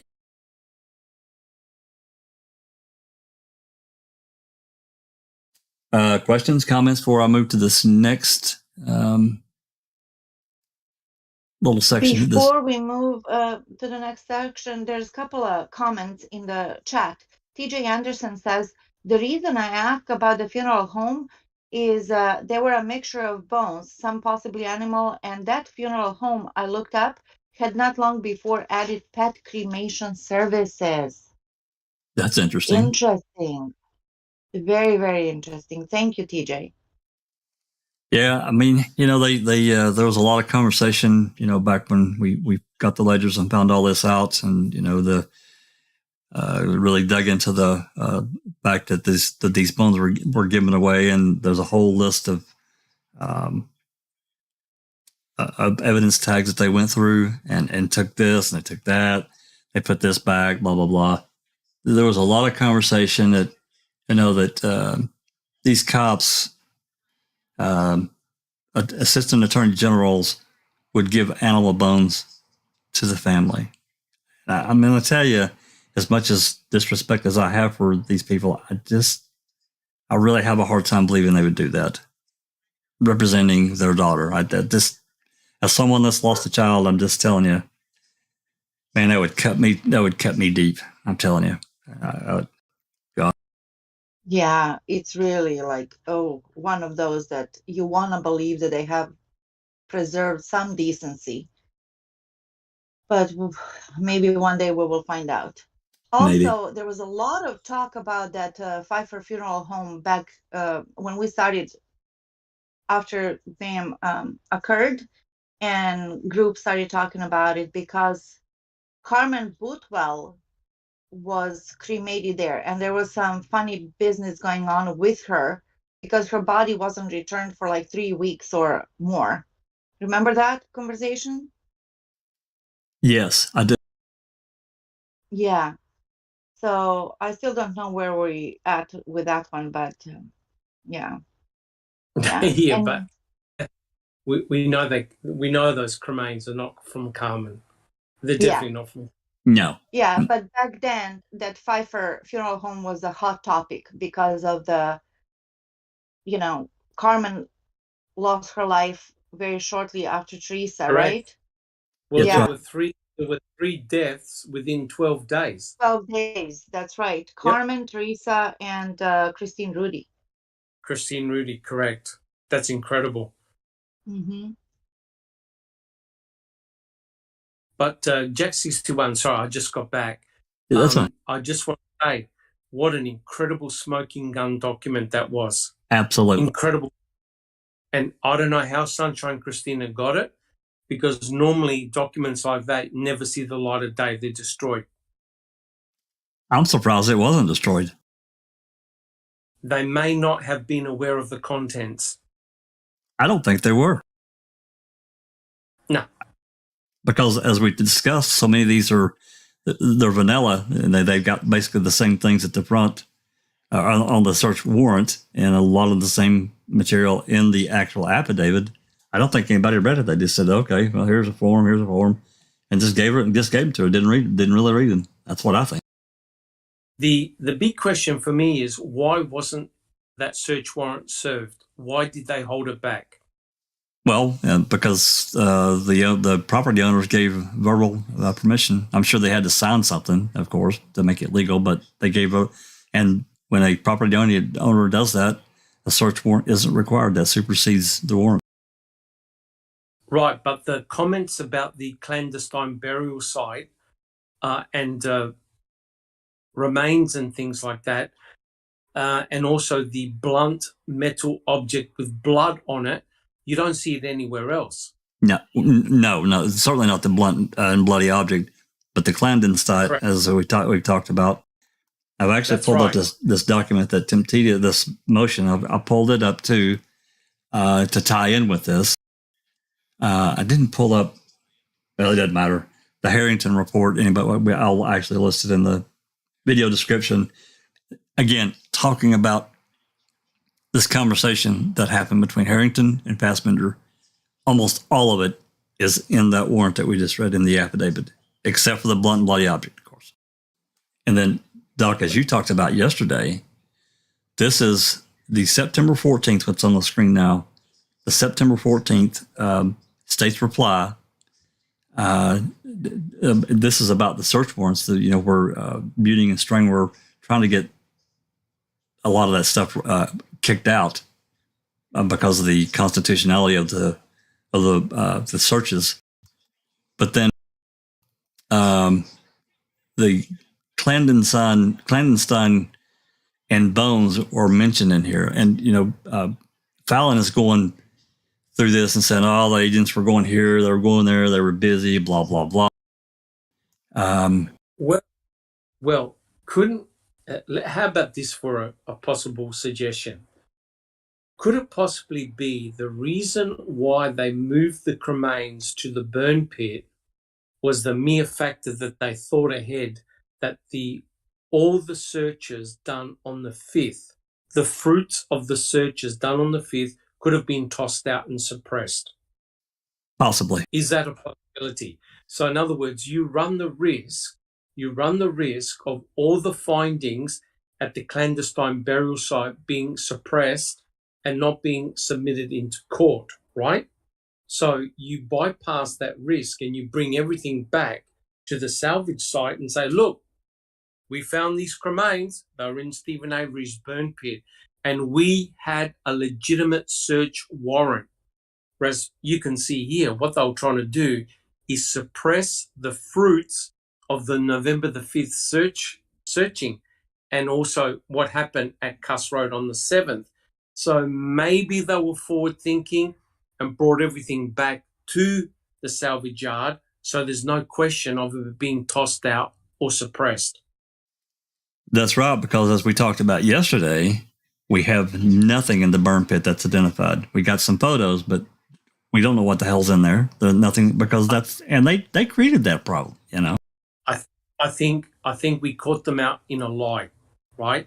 Because those November 6 photographs by Trooper Reese, they are in situ, right? And as you can see, there's no crime scene tape. There's no crime scene unit. There's no one sniffing around that burn pit, right? The only person that showed not even any interest was Bear the dog, who turned his back. He had no care factor. So therefore, those photographs are in situ. As you can see, there was no one showed any form of suspicion there, Jack 61. And even Reese himself didn't show any suspicion, which is very interesting because he's the one that took the photographs and he didn't see anything. That's correct. So therefore, what the state are trying to say is that Teresa Halbach's remains are in that burn pit, right? So there would have been the foul odor, the stench. There would have been extensive use of fuel, right? Because remember, it takes a lot of time, energy, and fuel to burn a human being to bone fragments. Yet, if you expand that picture of the open burn pit, you don't see a pile of cremains. And I'm not sure whether it was Sturdivant who said, yeah, the bones were in a pile in the center of the burn pit. We know that's a lie. So something happened. Something happened between November the 6th to November the 8th. And we know what happened, guys. Cuss Road happened on November the 7th. That's right.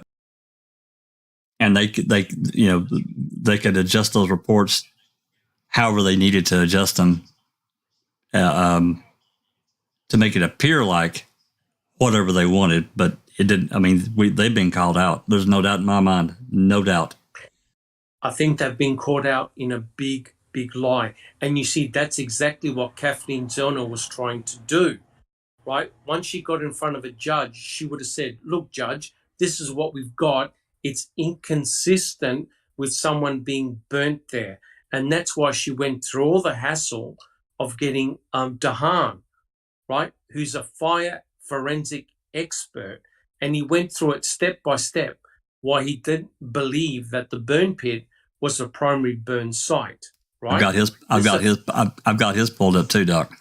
Yeah, correct. And we discussed that in the reading with Uncle Ken, right? So now it all starts to unfold and unravel, right?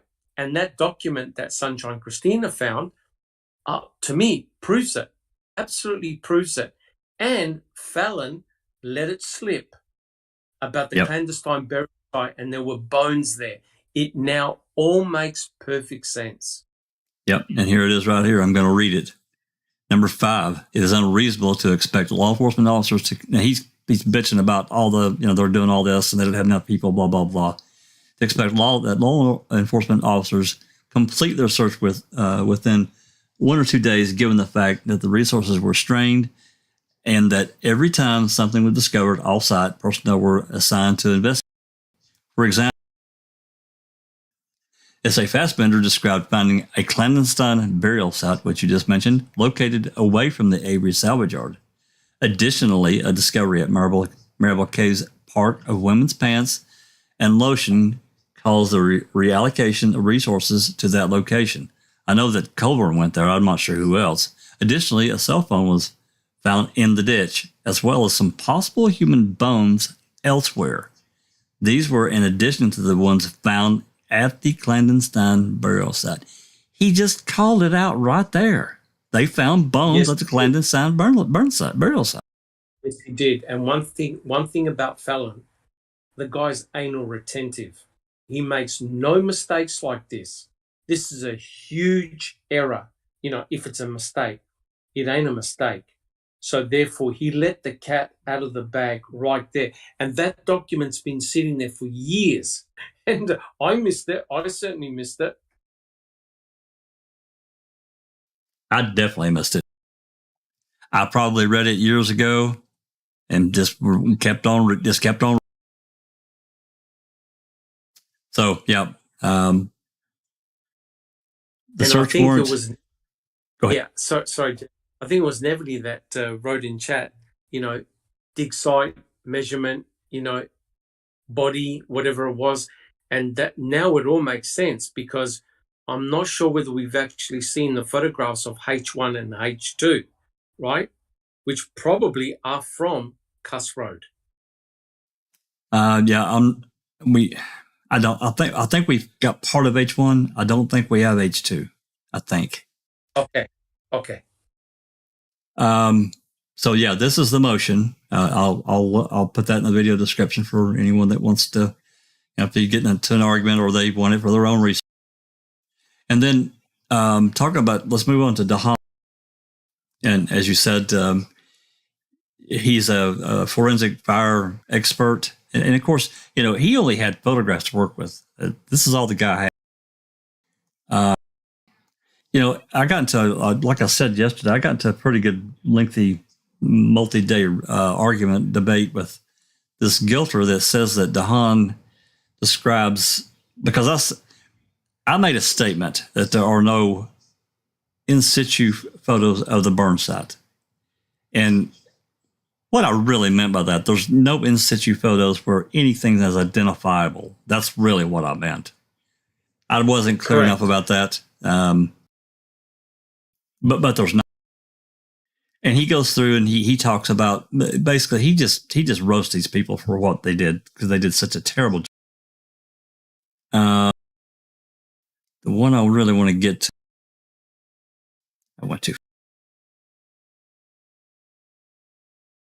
and he gets into his analysis, and he I invite everyone to read this, because he really takes them to task.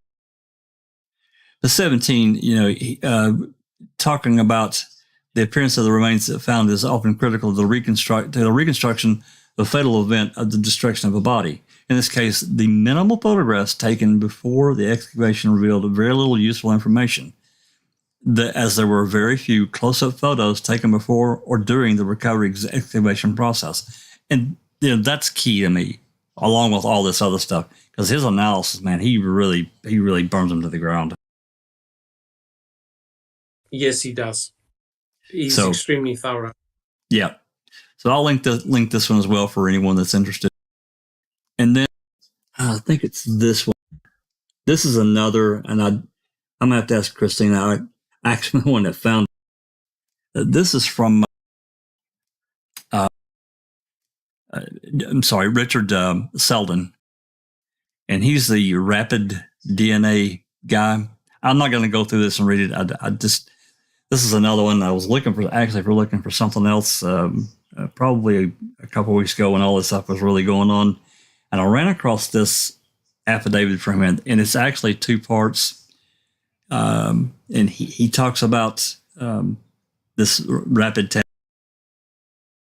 And he goes on. It's right here. I apologize.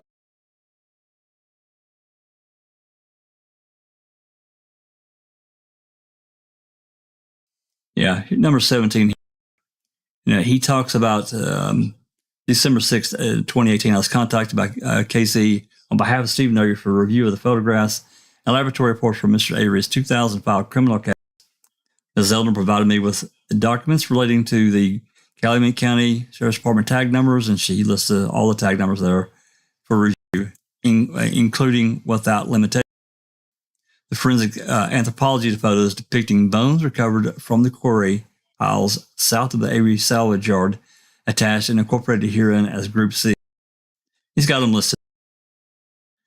And he goes on to list, I probably knew this, but I reread it, like I said, a couple of weeks ago, and it kind of stuck with me. Stipulation at trial that the FBI conducted no DNA examination of the possible human bones from the quarry pile south of the Avery salvage yard due to the degraded condition of the bone fragments, labeled R. Okay, attached. Okay, the FBI DNA analysis reports attached and incorporated herein as Exhibit E. I had forgotten about that stipulation. So they didn't do any DNA testing at all, because they're saying they were too degraded. But Sherry Culhane was able to pull the 7 loci. The 7 loci that we've talked so much about. I guess I question, why didn't they send what material that Culhane had pulled to the FBI for further analysis or a second look at it? They actually did. Eisenberg provided desiccated muscle tissue also to the FBI. The FBI did mitochondrial DNA analysis. They didn't do genomic DNA analysis. They did mitochondria. Right. Sharika, she doesn't do mitochondrial DNA analysis. Her laboratory set up to do the PCR analysis of genomic DNA, looking at the loci. So there was item BZ was sent to Sherry Culhane, whereas muscle tissue was sent to the FBI. and that was done by Dr. Eisenberg. So the two labs looked at two different things. FBI, mitochondria, Sharik O'Hain looked at genomic DNA. But you're correct. If they had the bones, there was a new technique, the anti-rapid DNA analysis. So why not keep the cremains and test them? Make sure that you get a full genomic DNA profile. Right. And you know what's ridiculous? They had desiccated muscle tissue. Why not subject it to the anti-rapid DNA method? It's more sensitive. It uses different techniques and methodologies. And you would have likely pulled out, a full genomic profile. And therefore, you've got no arguments on whose cremains they belong to. But however, we've only now got a 7 out of 15 match. Okay. Personally, I do believe it's Teresa Halbach, but jeepers, when people make arguments, they've got good points, and it's hard to argue against them. I agree, 100%, Doc. And I guess because I'm probably too jaded because of just the shenanigans I think that we all see that happened with Culhane, and I'm not saying that I would necessarily. I'm not nearly as jaded, I guess, with the FBI and the results that they, despite what LeBeau did with the EDTA, I still think that there's some really solid people that they just want, they're just like us. They want the truth. Correct. And it's that the FBI didn't do all of the analysis, or, someone that has got no vested interest in the outcome. The amazing thing about the FBI is they draw no conclusions. They just provide the results. Correct. And it's up to the laboratory or the person who requested the testing. They're the ones that write the final report. The FBI do not draw any conclusions. You tell them that you want a certain test done, they'll provide you with the results, and that's it. You write up the reports, you write up the conclusion. So, it's very, very interesting, the different approach between, say, a forensic crime lab and the FBI. Yeah, I guess that's probably it in a nutshell. What you're saying there is because it seems to be a less biased or no bias thing. They just here's what we found, and they don't care which way it goes. Whereas, except of course they completely stuffed up the EDTA testing. Oh my God. Okay, so okay. Nan's Life 7 in the chat says, Ellie, law enforcement would have smelled burnt body in that short amount of days, even if the body was destroyed to what their story states. Absolutely, Nan. I personally feel that way, that smell would have been indicative of a burnt body because it's very pungent. So yeah, I agree with you. And then also, we don't have to be these experts people like Dehan and whatnot. Just think about it. To burn a human body to the point of having cremains, no tissue except for that little piece that was found, no tissue, no teeth, 2-inch particles basically of a bone, that needs controlled fire, controlled heat, controlled environment to happen. So the state's narrative is just, oh my God. It sounded good to the probably, at the press conference, but then when you start digging, there's no way that happened. But anyways, I digress.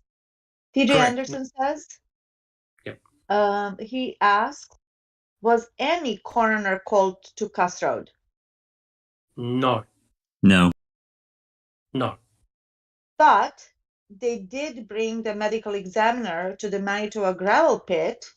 That's correct. Where they pronounced Teresa's death, right? Yeah, and what's interesting at that same area, there was also they found blood. They found the presence of blood. Yeah. Right. item CX, correct. Yeah. Was that a And Manitowoc or was that Mickles quarry? no, they found that was Manitowoc County gravel pit. At Michael's, I think at Michael's quarry, they did find tissue, but however, Sheree Cohen stated that it wasn't human, likely to have been an animal in origin. It was item M and item N. I still remember that. So there was tissue. And one of the problems is, guys, when, say, a deer is gutted and dressed or whatever it is, there are scavenging animals that come along and move the bones and move remains, etc., etc. So it could have well been some animal remains that were moved to that particular part of the quarry. Correct. Yeah. And then Lancaster York says, who did Peg know at the FBI? Good question. Her son. I'm not sure. I'm not sure whether her son actually worked at the FBI. Josh Cole, I think. Correct me if I'm wrong. I cannot remember, but I think there was some association with the FBI. Yeah, I can't remember. I can't remember. Okay, we're moving into the ending, and I thought I'd close us out with some aerial photos of Cuss Road. And this is the file. I'm still in the process of trying to get everything locally on my own hard drive. I've got quite a few, but the CD of the Seeking Truth got is divided up into folders, and this is the one from Trooper McConnell, and he took a lot. They took a lot of photographs. Thank God that they did. And this little program I've got, it's actually pretty neat. It's pretty old. But it's interesting because I can thumbnail them, and it goes through them, relatively quick. We can, and if we won't see one we like, all I got to do is click on it. And we get into this section here.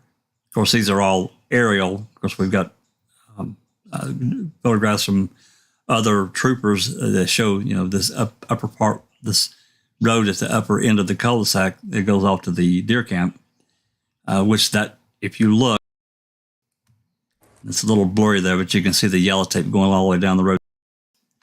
Going back again, talking about what we were talking about before, if I was someone showing photos, this looks to me like a crime scene. Somebody got killed over here. That's what I see. I don't know about what. I mean, we've been looking at this stuff for so long now. We know something weird happened. But this looks like somebody died over here. And so I'll go back. We'll just scan through. Here's another one, another view from the other. And I can see 1, 2, 3, 4, 5, 6, 7, 8. At least 8 or 9 people here just in this photograph. And that's not including possibly, is on back over here where the disturbed earth is. And then, of course, a lot of these are really irrelevant. As Doc said earlier, a lot of these, they don't mean anything. Just a quick shout out, Jack, to Jason Bennett, who is one of our new Foul Play members.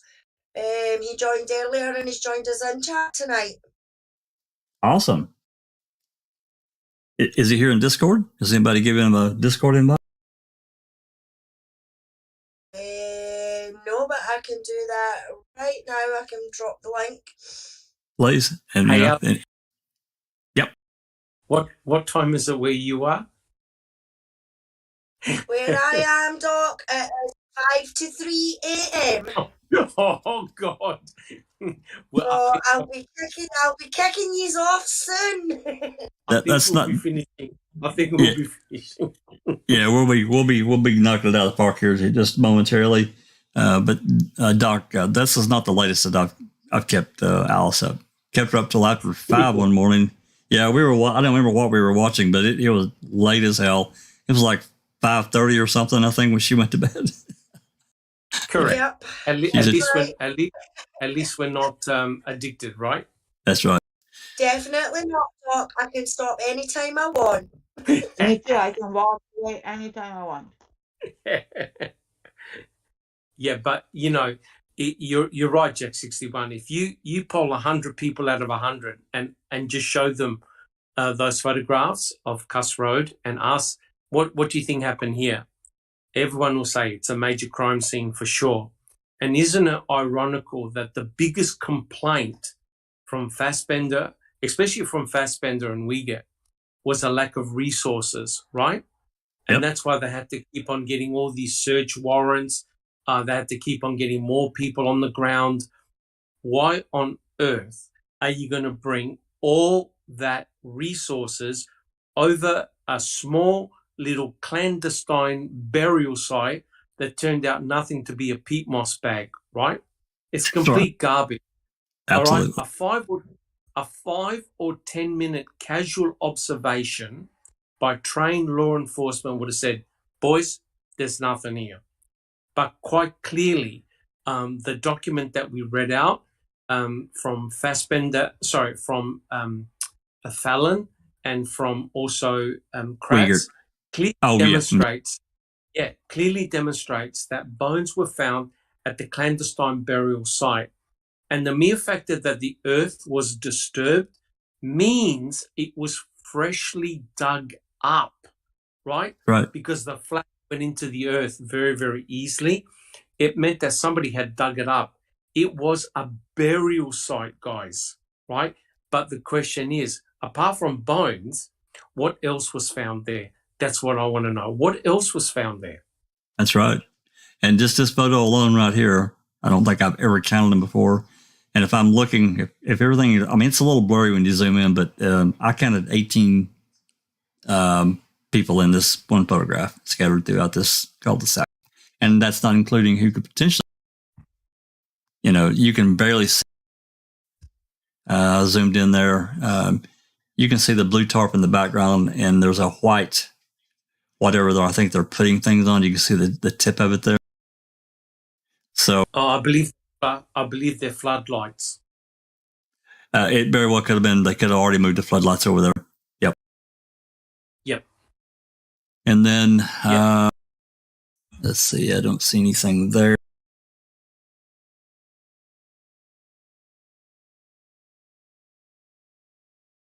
Yeah, a lot of these are just irrelevant.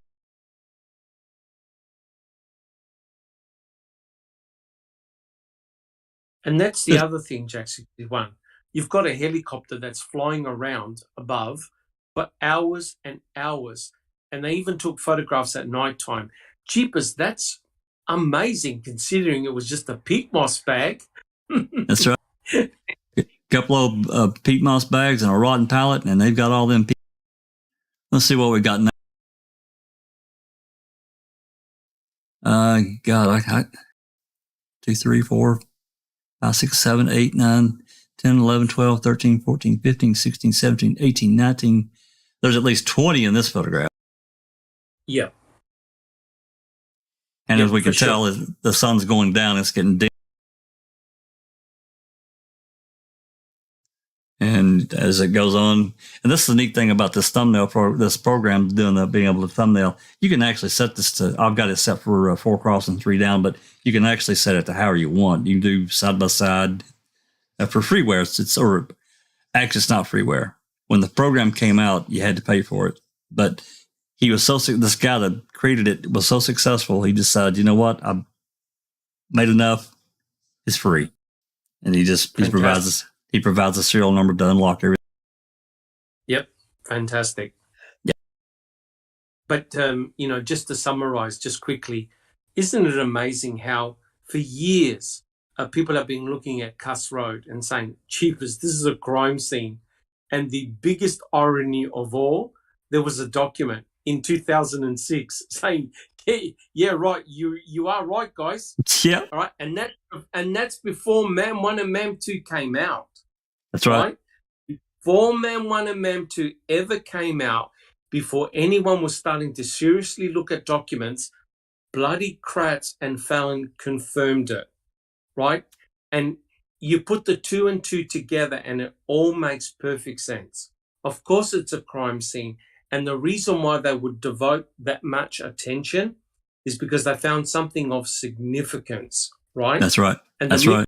The mere fact that they're trying to cover it up, to me, indicates real nefarious activity, for sure, on the part of the state. Well, as you can see in this, and there's a picture of the clouds here, but up top here are the top three. Now we're moving into evening and dark time. You can see that the vehicles have their lights. You can see that. I just zoomed in on it. And it looks like there's even more people there now than there were before. There's certainly more vehicles. It's very difficult to tell anything about over in the wooded area what's going on. TJ Anderson says, I wonder if Ryan Hilgers was there, like in those pictures. Well, he'd be signed in as Kilgus, but Kilgus, yeah. Anyway, there's another one with the floodlights on. So yeah, I agree. Something significant was found. If I could just make the comment, I think somebody made it in chat a couple of hours ago when I asked the question, I wonder what was found at Cuss Road. Well, there is that document that's been photographed that actually lists all the components, like, what was it, bones, electronics, a whole heap of items. And you start to wonder, you go, jeepers, I wonder if all of those were unearthed at Cuss Road. Right? Yeah, it's all in that search warrant, Doc. It's all listed there at the top of it's what they expected to find. That's correct. It's like we get when he was forward thinking about what they were going to find on Stephen's computer, and hence he wrote, we expect to find porn, torture porn, etc., etc., and that's why they wanted to get the computer. Remember, they sent Lincoln Colburn, Kachalski, I think it was, back in Stephen Avery's bedroom to get the computer, right? So in a way, he was forecasting what they were going to find, which unfortunately didn't turn out to be the case. But here, you wonder whether they already knew what was at Cuss Road, and hence why they wrote up the search warrant in the way they did to say, hey, look, Judge, sign this because we expect to find A, B, C, D, right? And what did he say? We found some rope. We found a piece of tarp. Incredible, isn't it? Absolutely. Rope and tarp. And that's what you use to bury things. That's exactly. And that's exactly what he said. That's in my years of experience. This is what we expect to find. So they, in actual fact, they shot themselves in the foot, right? So now what it's doing, guys, it's providing an alternative narrative. And you know who's supplying that narrative? Law enforcement themselves. That's right. They're the ones that let the cat out of the bag. It wasn't Zellner, right, who's provided another narrative, of course. It's law enforcement. They're the ones that provided this alternative narrative from what they found. So now they're going to backpedal and they'll say, oh, yeah, but that document wasn't officially signed. It's not in the official record, so hence you can ignore it. Yeah, right. That's the way they'll get away with it. Yeah, that's the loophole. That's they know loophole. exactly the loopholes. So that's exactly what they do. And they blame it on that, oh, it wasn't signed. So if it wasn't signed, and if they find something what they want, they're going to say, oh, that was like an oversight. But if something that's against them, then they're going to say, oh, it wasn't signed. Yeah. Correct. Anyways, Dr. Silkman, you just mentioned something that said that they're going to find porn, torture porn and whatnot. Were they talking about Stephen, or were they talking about somebody else we know? They initially were talking about Stephen Avery's computer. So that's what they were expecting to find. Unfortunately. Why? I mean, torture porn. I could see porn, but why torture porn? That's pretty specific and pretty sick. Well, this is what worries me. And I'll tell you what worries me. Did we have evidence of photographs of Teresa being tortured or dead? Because who knows what they found? Exactly correct. And so hence, Wiegert was forecasting what he would expect to find. The only problem was it wasn't found on Stephen's computer. It was found on the computer in Bobby Dassey's bedroom. That Well, that completely, totally makes sense. yes, it It changed the totally makes narrative. sense.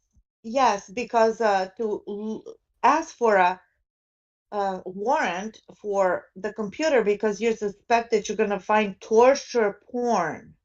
And remember, Correct. the whole case is all about shock and horror, Shock shock and and awe. Correct. awe, whatever it's called, right? Shock and Shock awe. and awe. Correct. So who knows what they found over there at the crossroad? Maybe half of her body in a horrible, something that we can't probably Well, even imagine. Well, put it this way, right? If you find a dismembered body, it means potentially that person was tortured, right? Cut to pieces, right? Yep. So you don't know what was found. I know we're not allowed to speculate, but my God, if you join How the could you dots, not? it's now You- starting to make sense. You just speculate all really- you want. You speculate all you want, Doc. We can label it that. Yeah. Go ahead. Yeah, correct. And now Well, that's when what you investigators do. They speculate. They talk yes, about it, yeah. and yeah. But now when you factor into the equation the blunt object with blood on it, it now complements exactly what Stuart James was saying all about the blood on the back of the RAV4 door. That's That right. it came from someone who got bludgeoned with a metal object and as a result of being hit, sprayed blood directly to the door, which means that now, again, it's the state providing the narrative to what an independent researcher in Stuart James has been describing all along. So now we can see, oh, wait a minute. So it does look like the victim was hit in the head with some type of metal object. Oh, so cremains were found at Cuss Road. So all the dots are connecting beautiful. And that's what Kathleen Zellner wants to present in front of a judge, an alternative narrative. The scary thing is, guys, it's the state that have absolutely complemented what she's been saying for years now. The state have already had it in their reports, right? But they never, ever submitted them as official documents. Well, and add to that, Doc. Now we just kind of said that they found bones at this clandestine burial site, but now let's think about and get a little more specific. What bones? What did they find? And that's really important. What were they? Correct. 100% correct. Damn. But disturbing, of course, was there was no coroner nor state forensic pathologist at any of those sites. Nope. Right? So, they can argue if cornered. Well, there wasn't an expert there. We don't know what it was. It was likely animal bones, nothing to see here. So as Neverly suggested, they'll try and find the loophole to get out of a very nasty situation. Absolutely. But to me, this is icing on this particular cake anyway at Cuss Road. We've always felt like once we dug into it that there was a major event there. Now we know that there definitely was. No doubt. There's no doubt about it. Remember Colburn asking for more tape, blocking off the road, get the ambulance. He even said something, Teresa. Remember that in the background? I don't remember that. Is it on one of the dispatch or radio transmissions? Yeah. When he was calling for more support, basically. And to block off the road, nobody to come here, bring more tape. Yeah. Fire truck. I don't remember him saying that, but I don't remember him saying that, but I'm not saying he didn't. There's several different calls, to give instructions. And also the so-called rolling ambulance. And they most definitely put roadblocks. You can see from the aerial photographs, I think it's White Cedar Road further up. Mm-hmm. The car block there. They put a car block at the end of Cuss Road at the cul-de-sac. They clearly did not want any traffic flowing through there. Oh, that's right? that's in one of the radio calls. No one is to come down here. No one. Correct. And even the mailman, they called and said, well, "What about the mail guy?" And they said, "Well, okay." And then they immediately called back and said, "Well, you need to get his name and information." Yeah. Really? Wow. Correct. And don't forget, that's some serious business. Yeah, and don't forget the hits by the dogs. Okay, both sets of, it's in that report, right? Both sets of dog, cadaver and scent, right? And when you start now, and they even said it in that report, the reason why you're going to get a hit by a dog is because it's indicative of a body, right? So how many clues do you want? How many clues do you want, Jack 61? That's right. Well, absolutely. It's all there. Kelly made a comment. She said, "I wonder if they were alluding to finding porn and torture against SA because he gave them that narrative of a possibility early on. He admits in the first interview he watched porn that night of the 31st. Could they have been trying to set up to use his own words against him? It's very possible, Kel. I can't say no on that at all." Yeah, I agree too. Except for the torture porn. That's a red flag for me. But yeah, because that's porn, there's soft porn, there's hardcore, and then there's torture. Now, that's a whole different thing to me. Yeah. So that's very specific.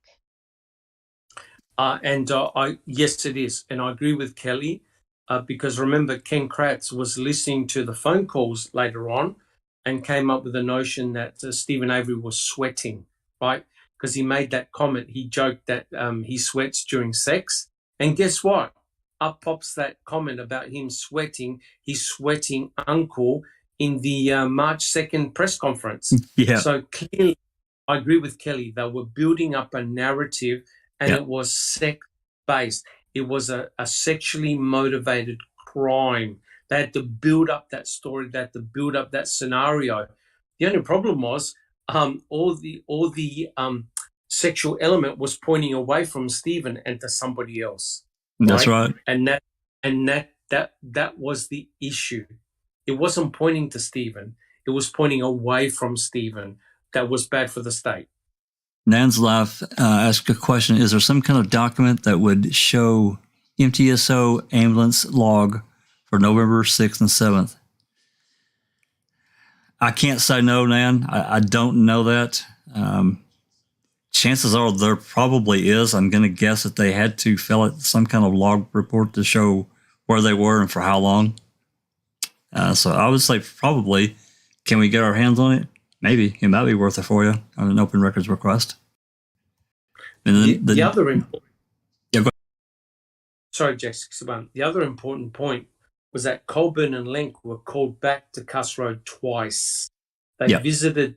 They initially went to Cuss Road in the morning and they were called back to go back to Cuss Road. Now, that's pretty remarkable when you think that both Link and Colburn were on the Avery salvage site getting, I think, weapons. And they're at the Dassey residence, I think.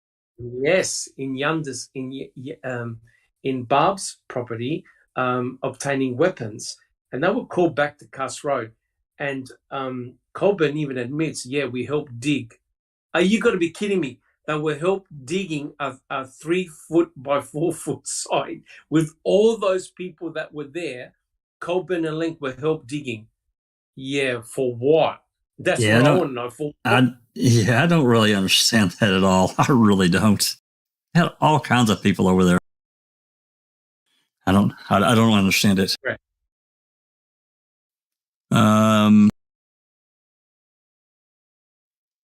Let's try to see if there's any more questions. We're over 4 hours now. We ought to let everybody go and have a dinner, have a beer. I know I haven't eaten dinner yet, so. And another thing is, did I call Bushman to come to salvage yard? Not that I'm aware of. No, I don't Not think that so. I'm aware of either, which is Not, also indicative that the Cuss Road, it was it. yes, not that I'm aware of, Neverly. I know that he was part of Search Team A. There was, I think, 3 or 4 of them. They're the ones that found the clandestine burial site, and another officer found the burn barrel with Correct. electronics. That's right. Yep, so interesting. Very. All right, guys. I'm going to call it. Anything else to add before we scoot out of here? It's been a really great conversation. I hope everybody enjoyed the round robin, just throw it up there on the screen and let's talk about it kind of thing.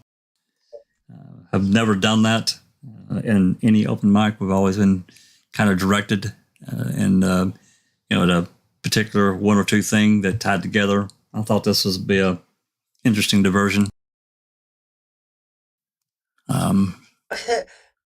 Bethany says, wondering if Andy and Link shook their trouser pants leg over the burn pit when they came from Cross Road. Well, it would have been Colburn because he likes to, he gets pissed off and likes to shake cabinets and stuff. So.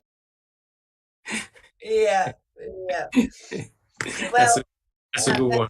Good night for me. Or should I say good morning? Oh yeah, for you, it's you're getting close to breakfast. It's nearly 3:30 in the morning here, so There you go. Well, I'd like to thank everybody here on the panel and everybody that's came in the chat. Like I said, it's been interesting. It's been a good conversation. I wish we had a new open records request to share with you. We don't have anything yet. I'm working on actually a pretty lengthy one. I haven't gotten a reply. They've had it. I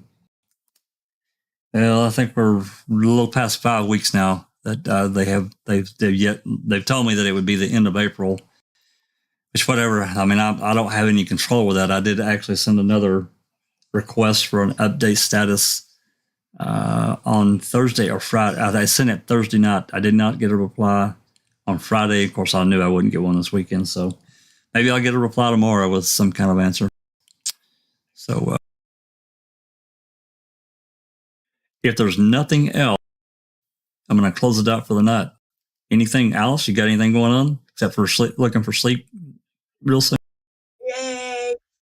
No, well, now I'll have to set an alarm because I'm up late because it's Johnny Depp's trial again tomorrow, so and that's 10 a.m. your time. No, it's 10 a.m. It's actually 10 a.m. their time, not my time. So that's 3 hours difference. It gives you another 3 hours away. So it gives you a little bit of a break. That's no. I'm sorry. They're in Virginia. That is Eastern time. My bad. I'm wrong. I was thinking California, but they're in Virginia. Yeah, they're in Virginia, yeah. Yep, so you'll have to set an alarm.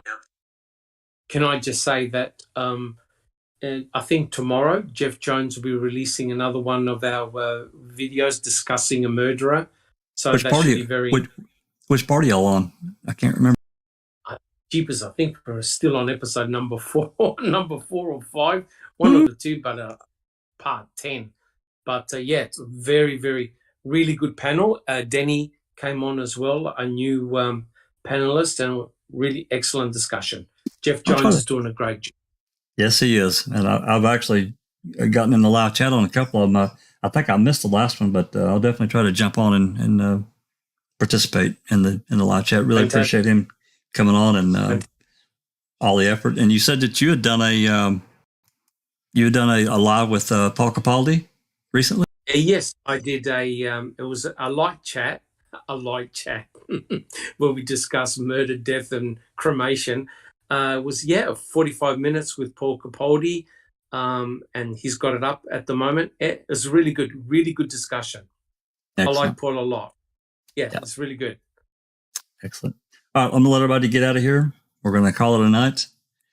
Again, really appreciate everyone coming. If you like what we do, give us a like and a subscribe, turn on the bell, and we'll try to have more as soon as we can. This has been a Foul Play production.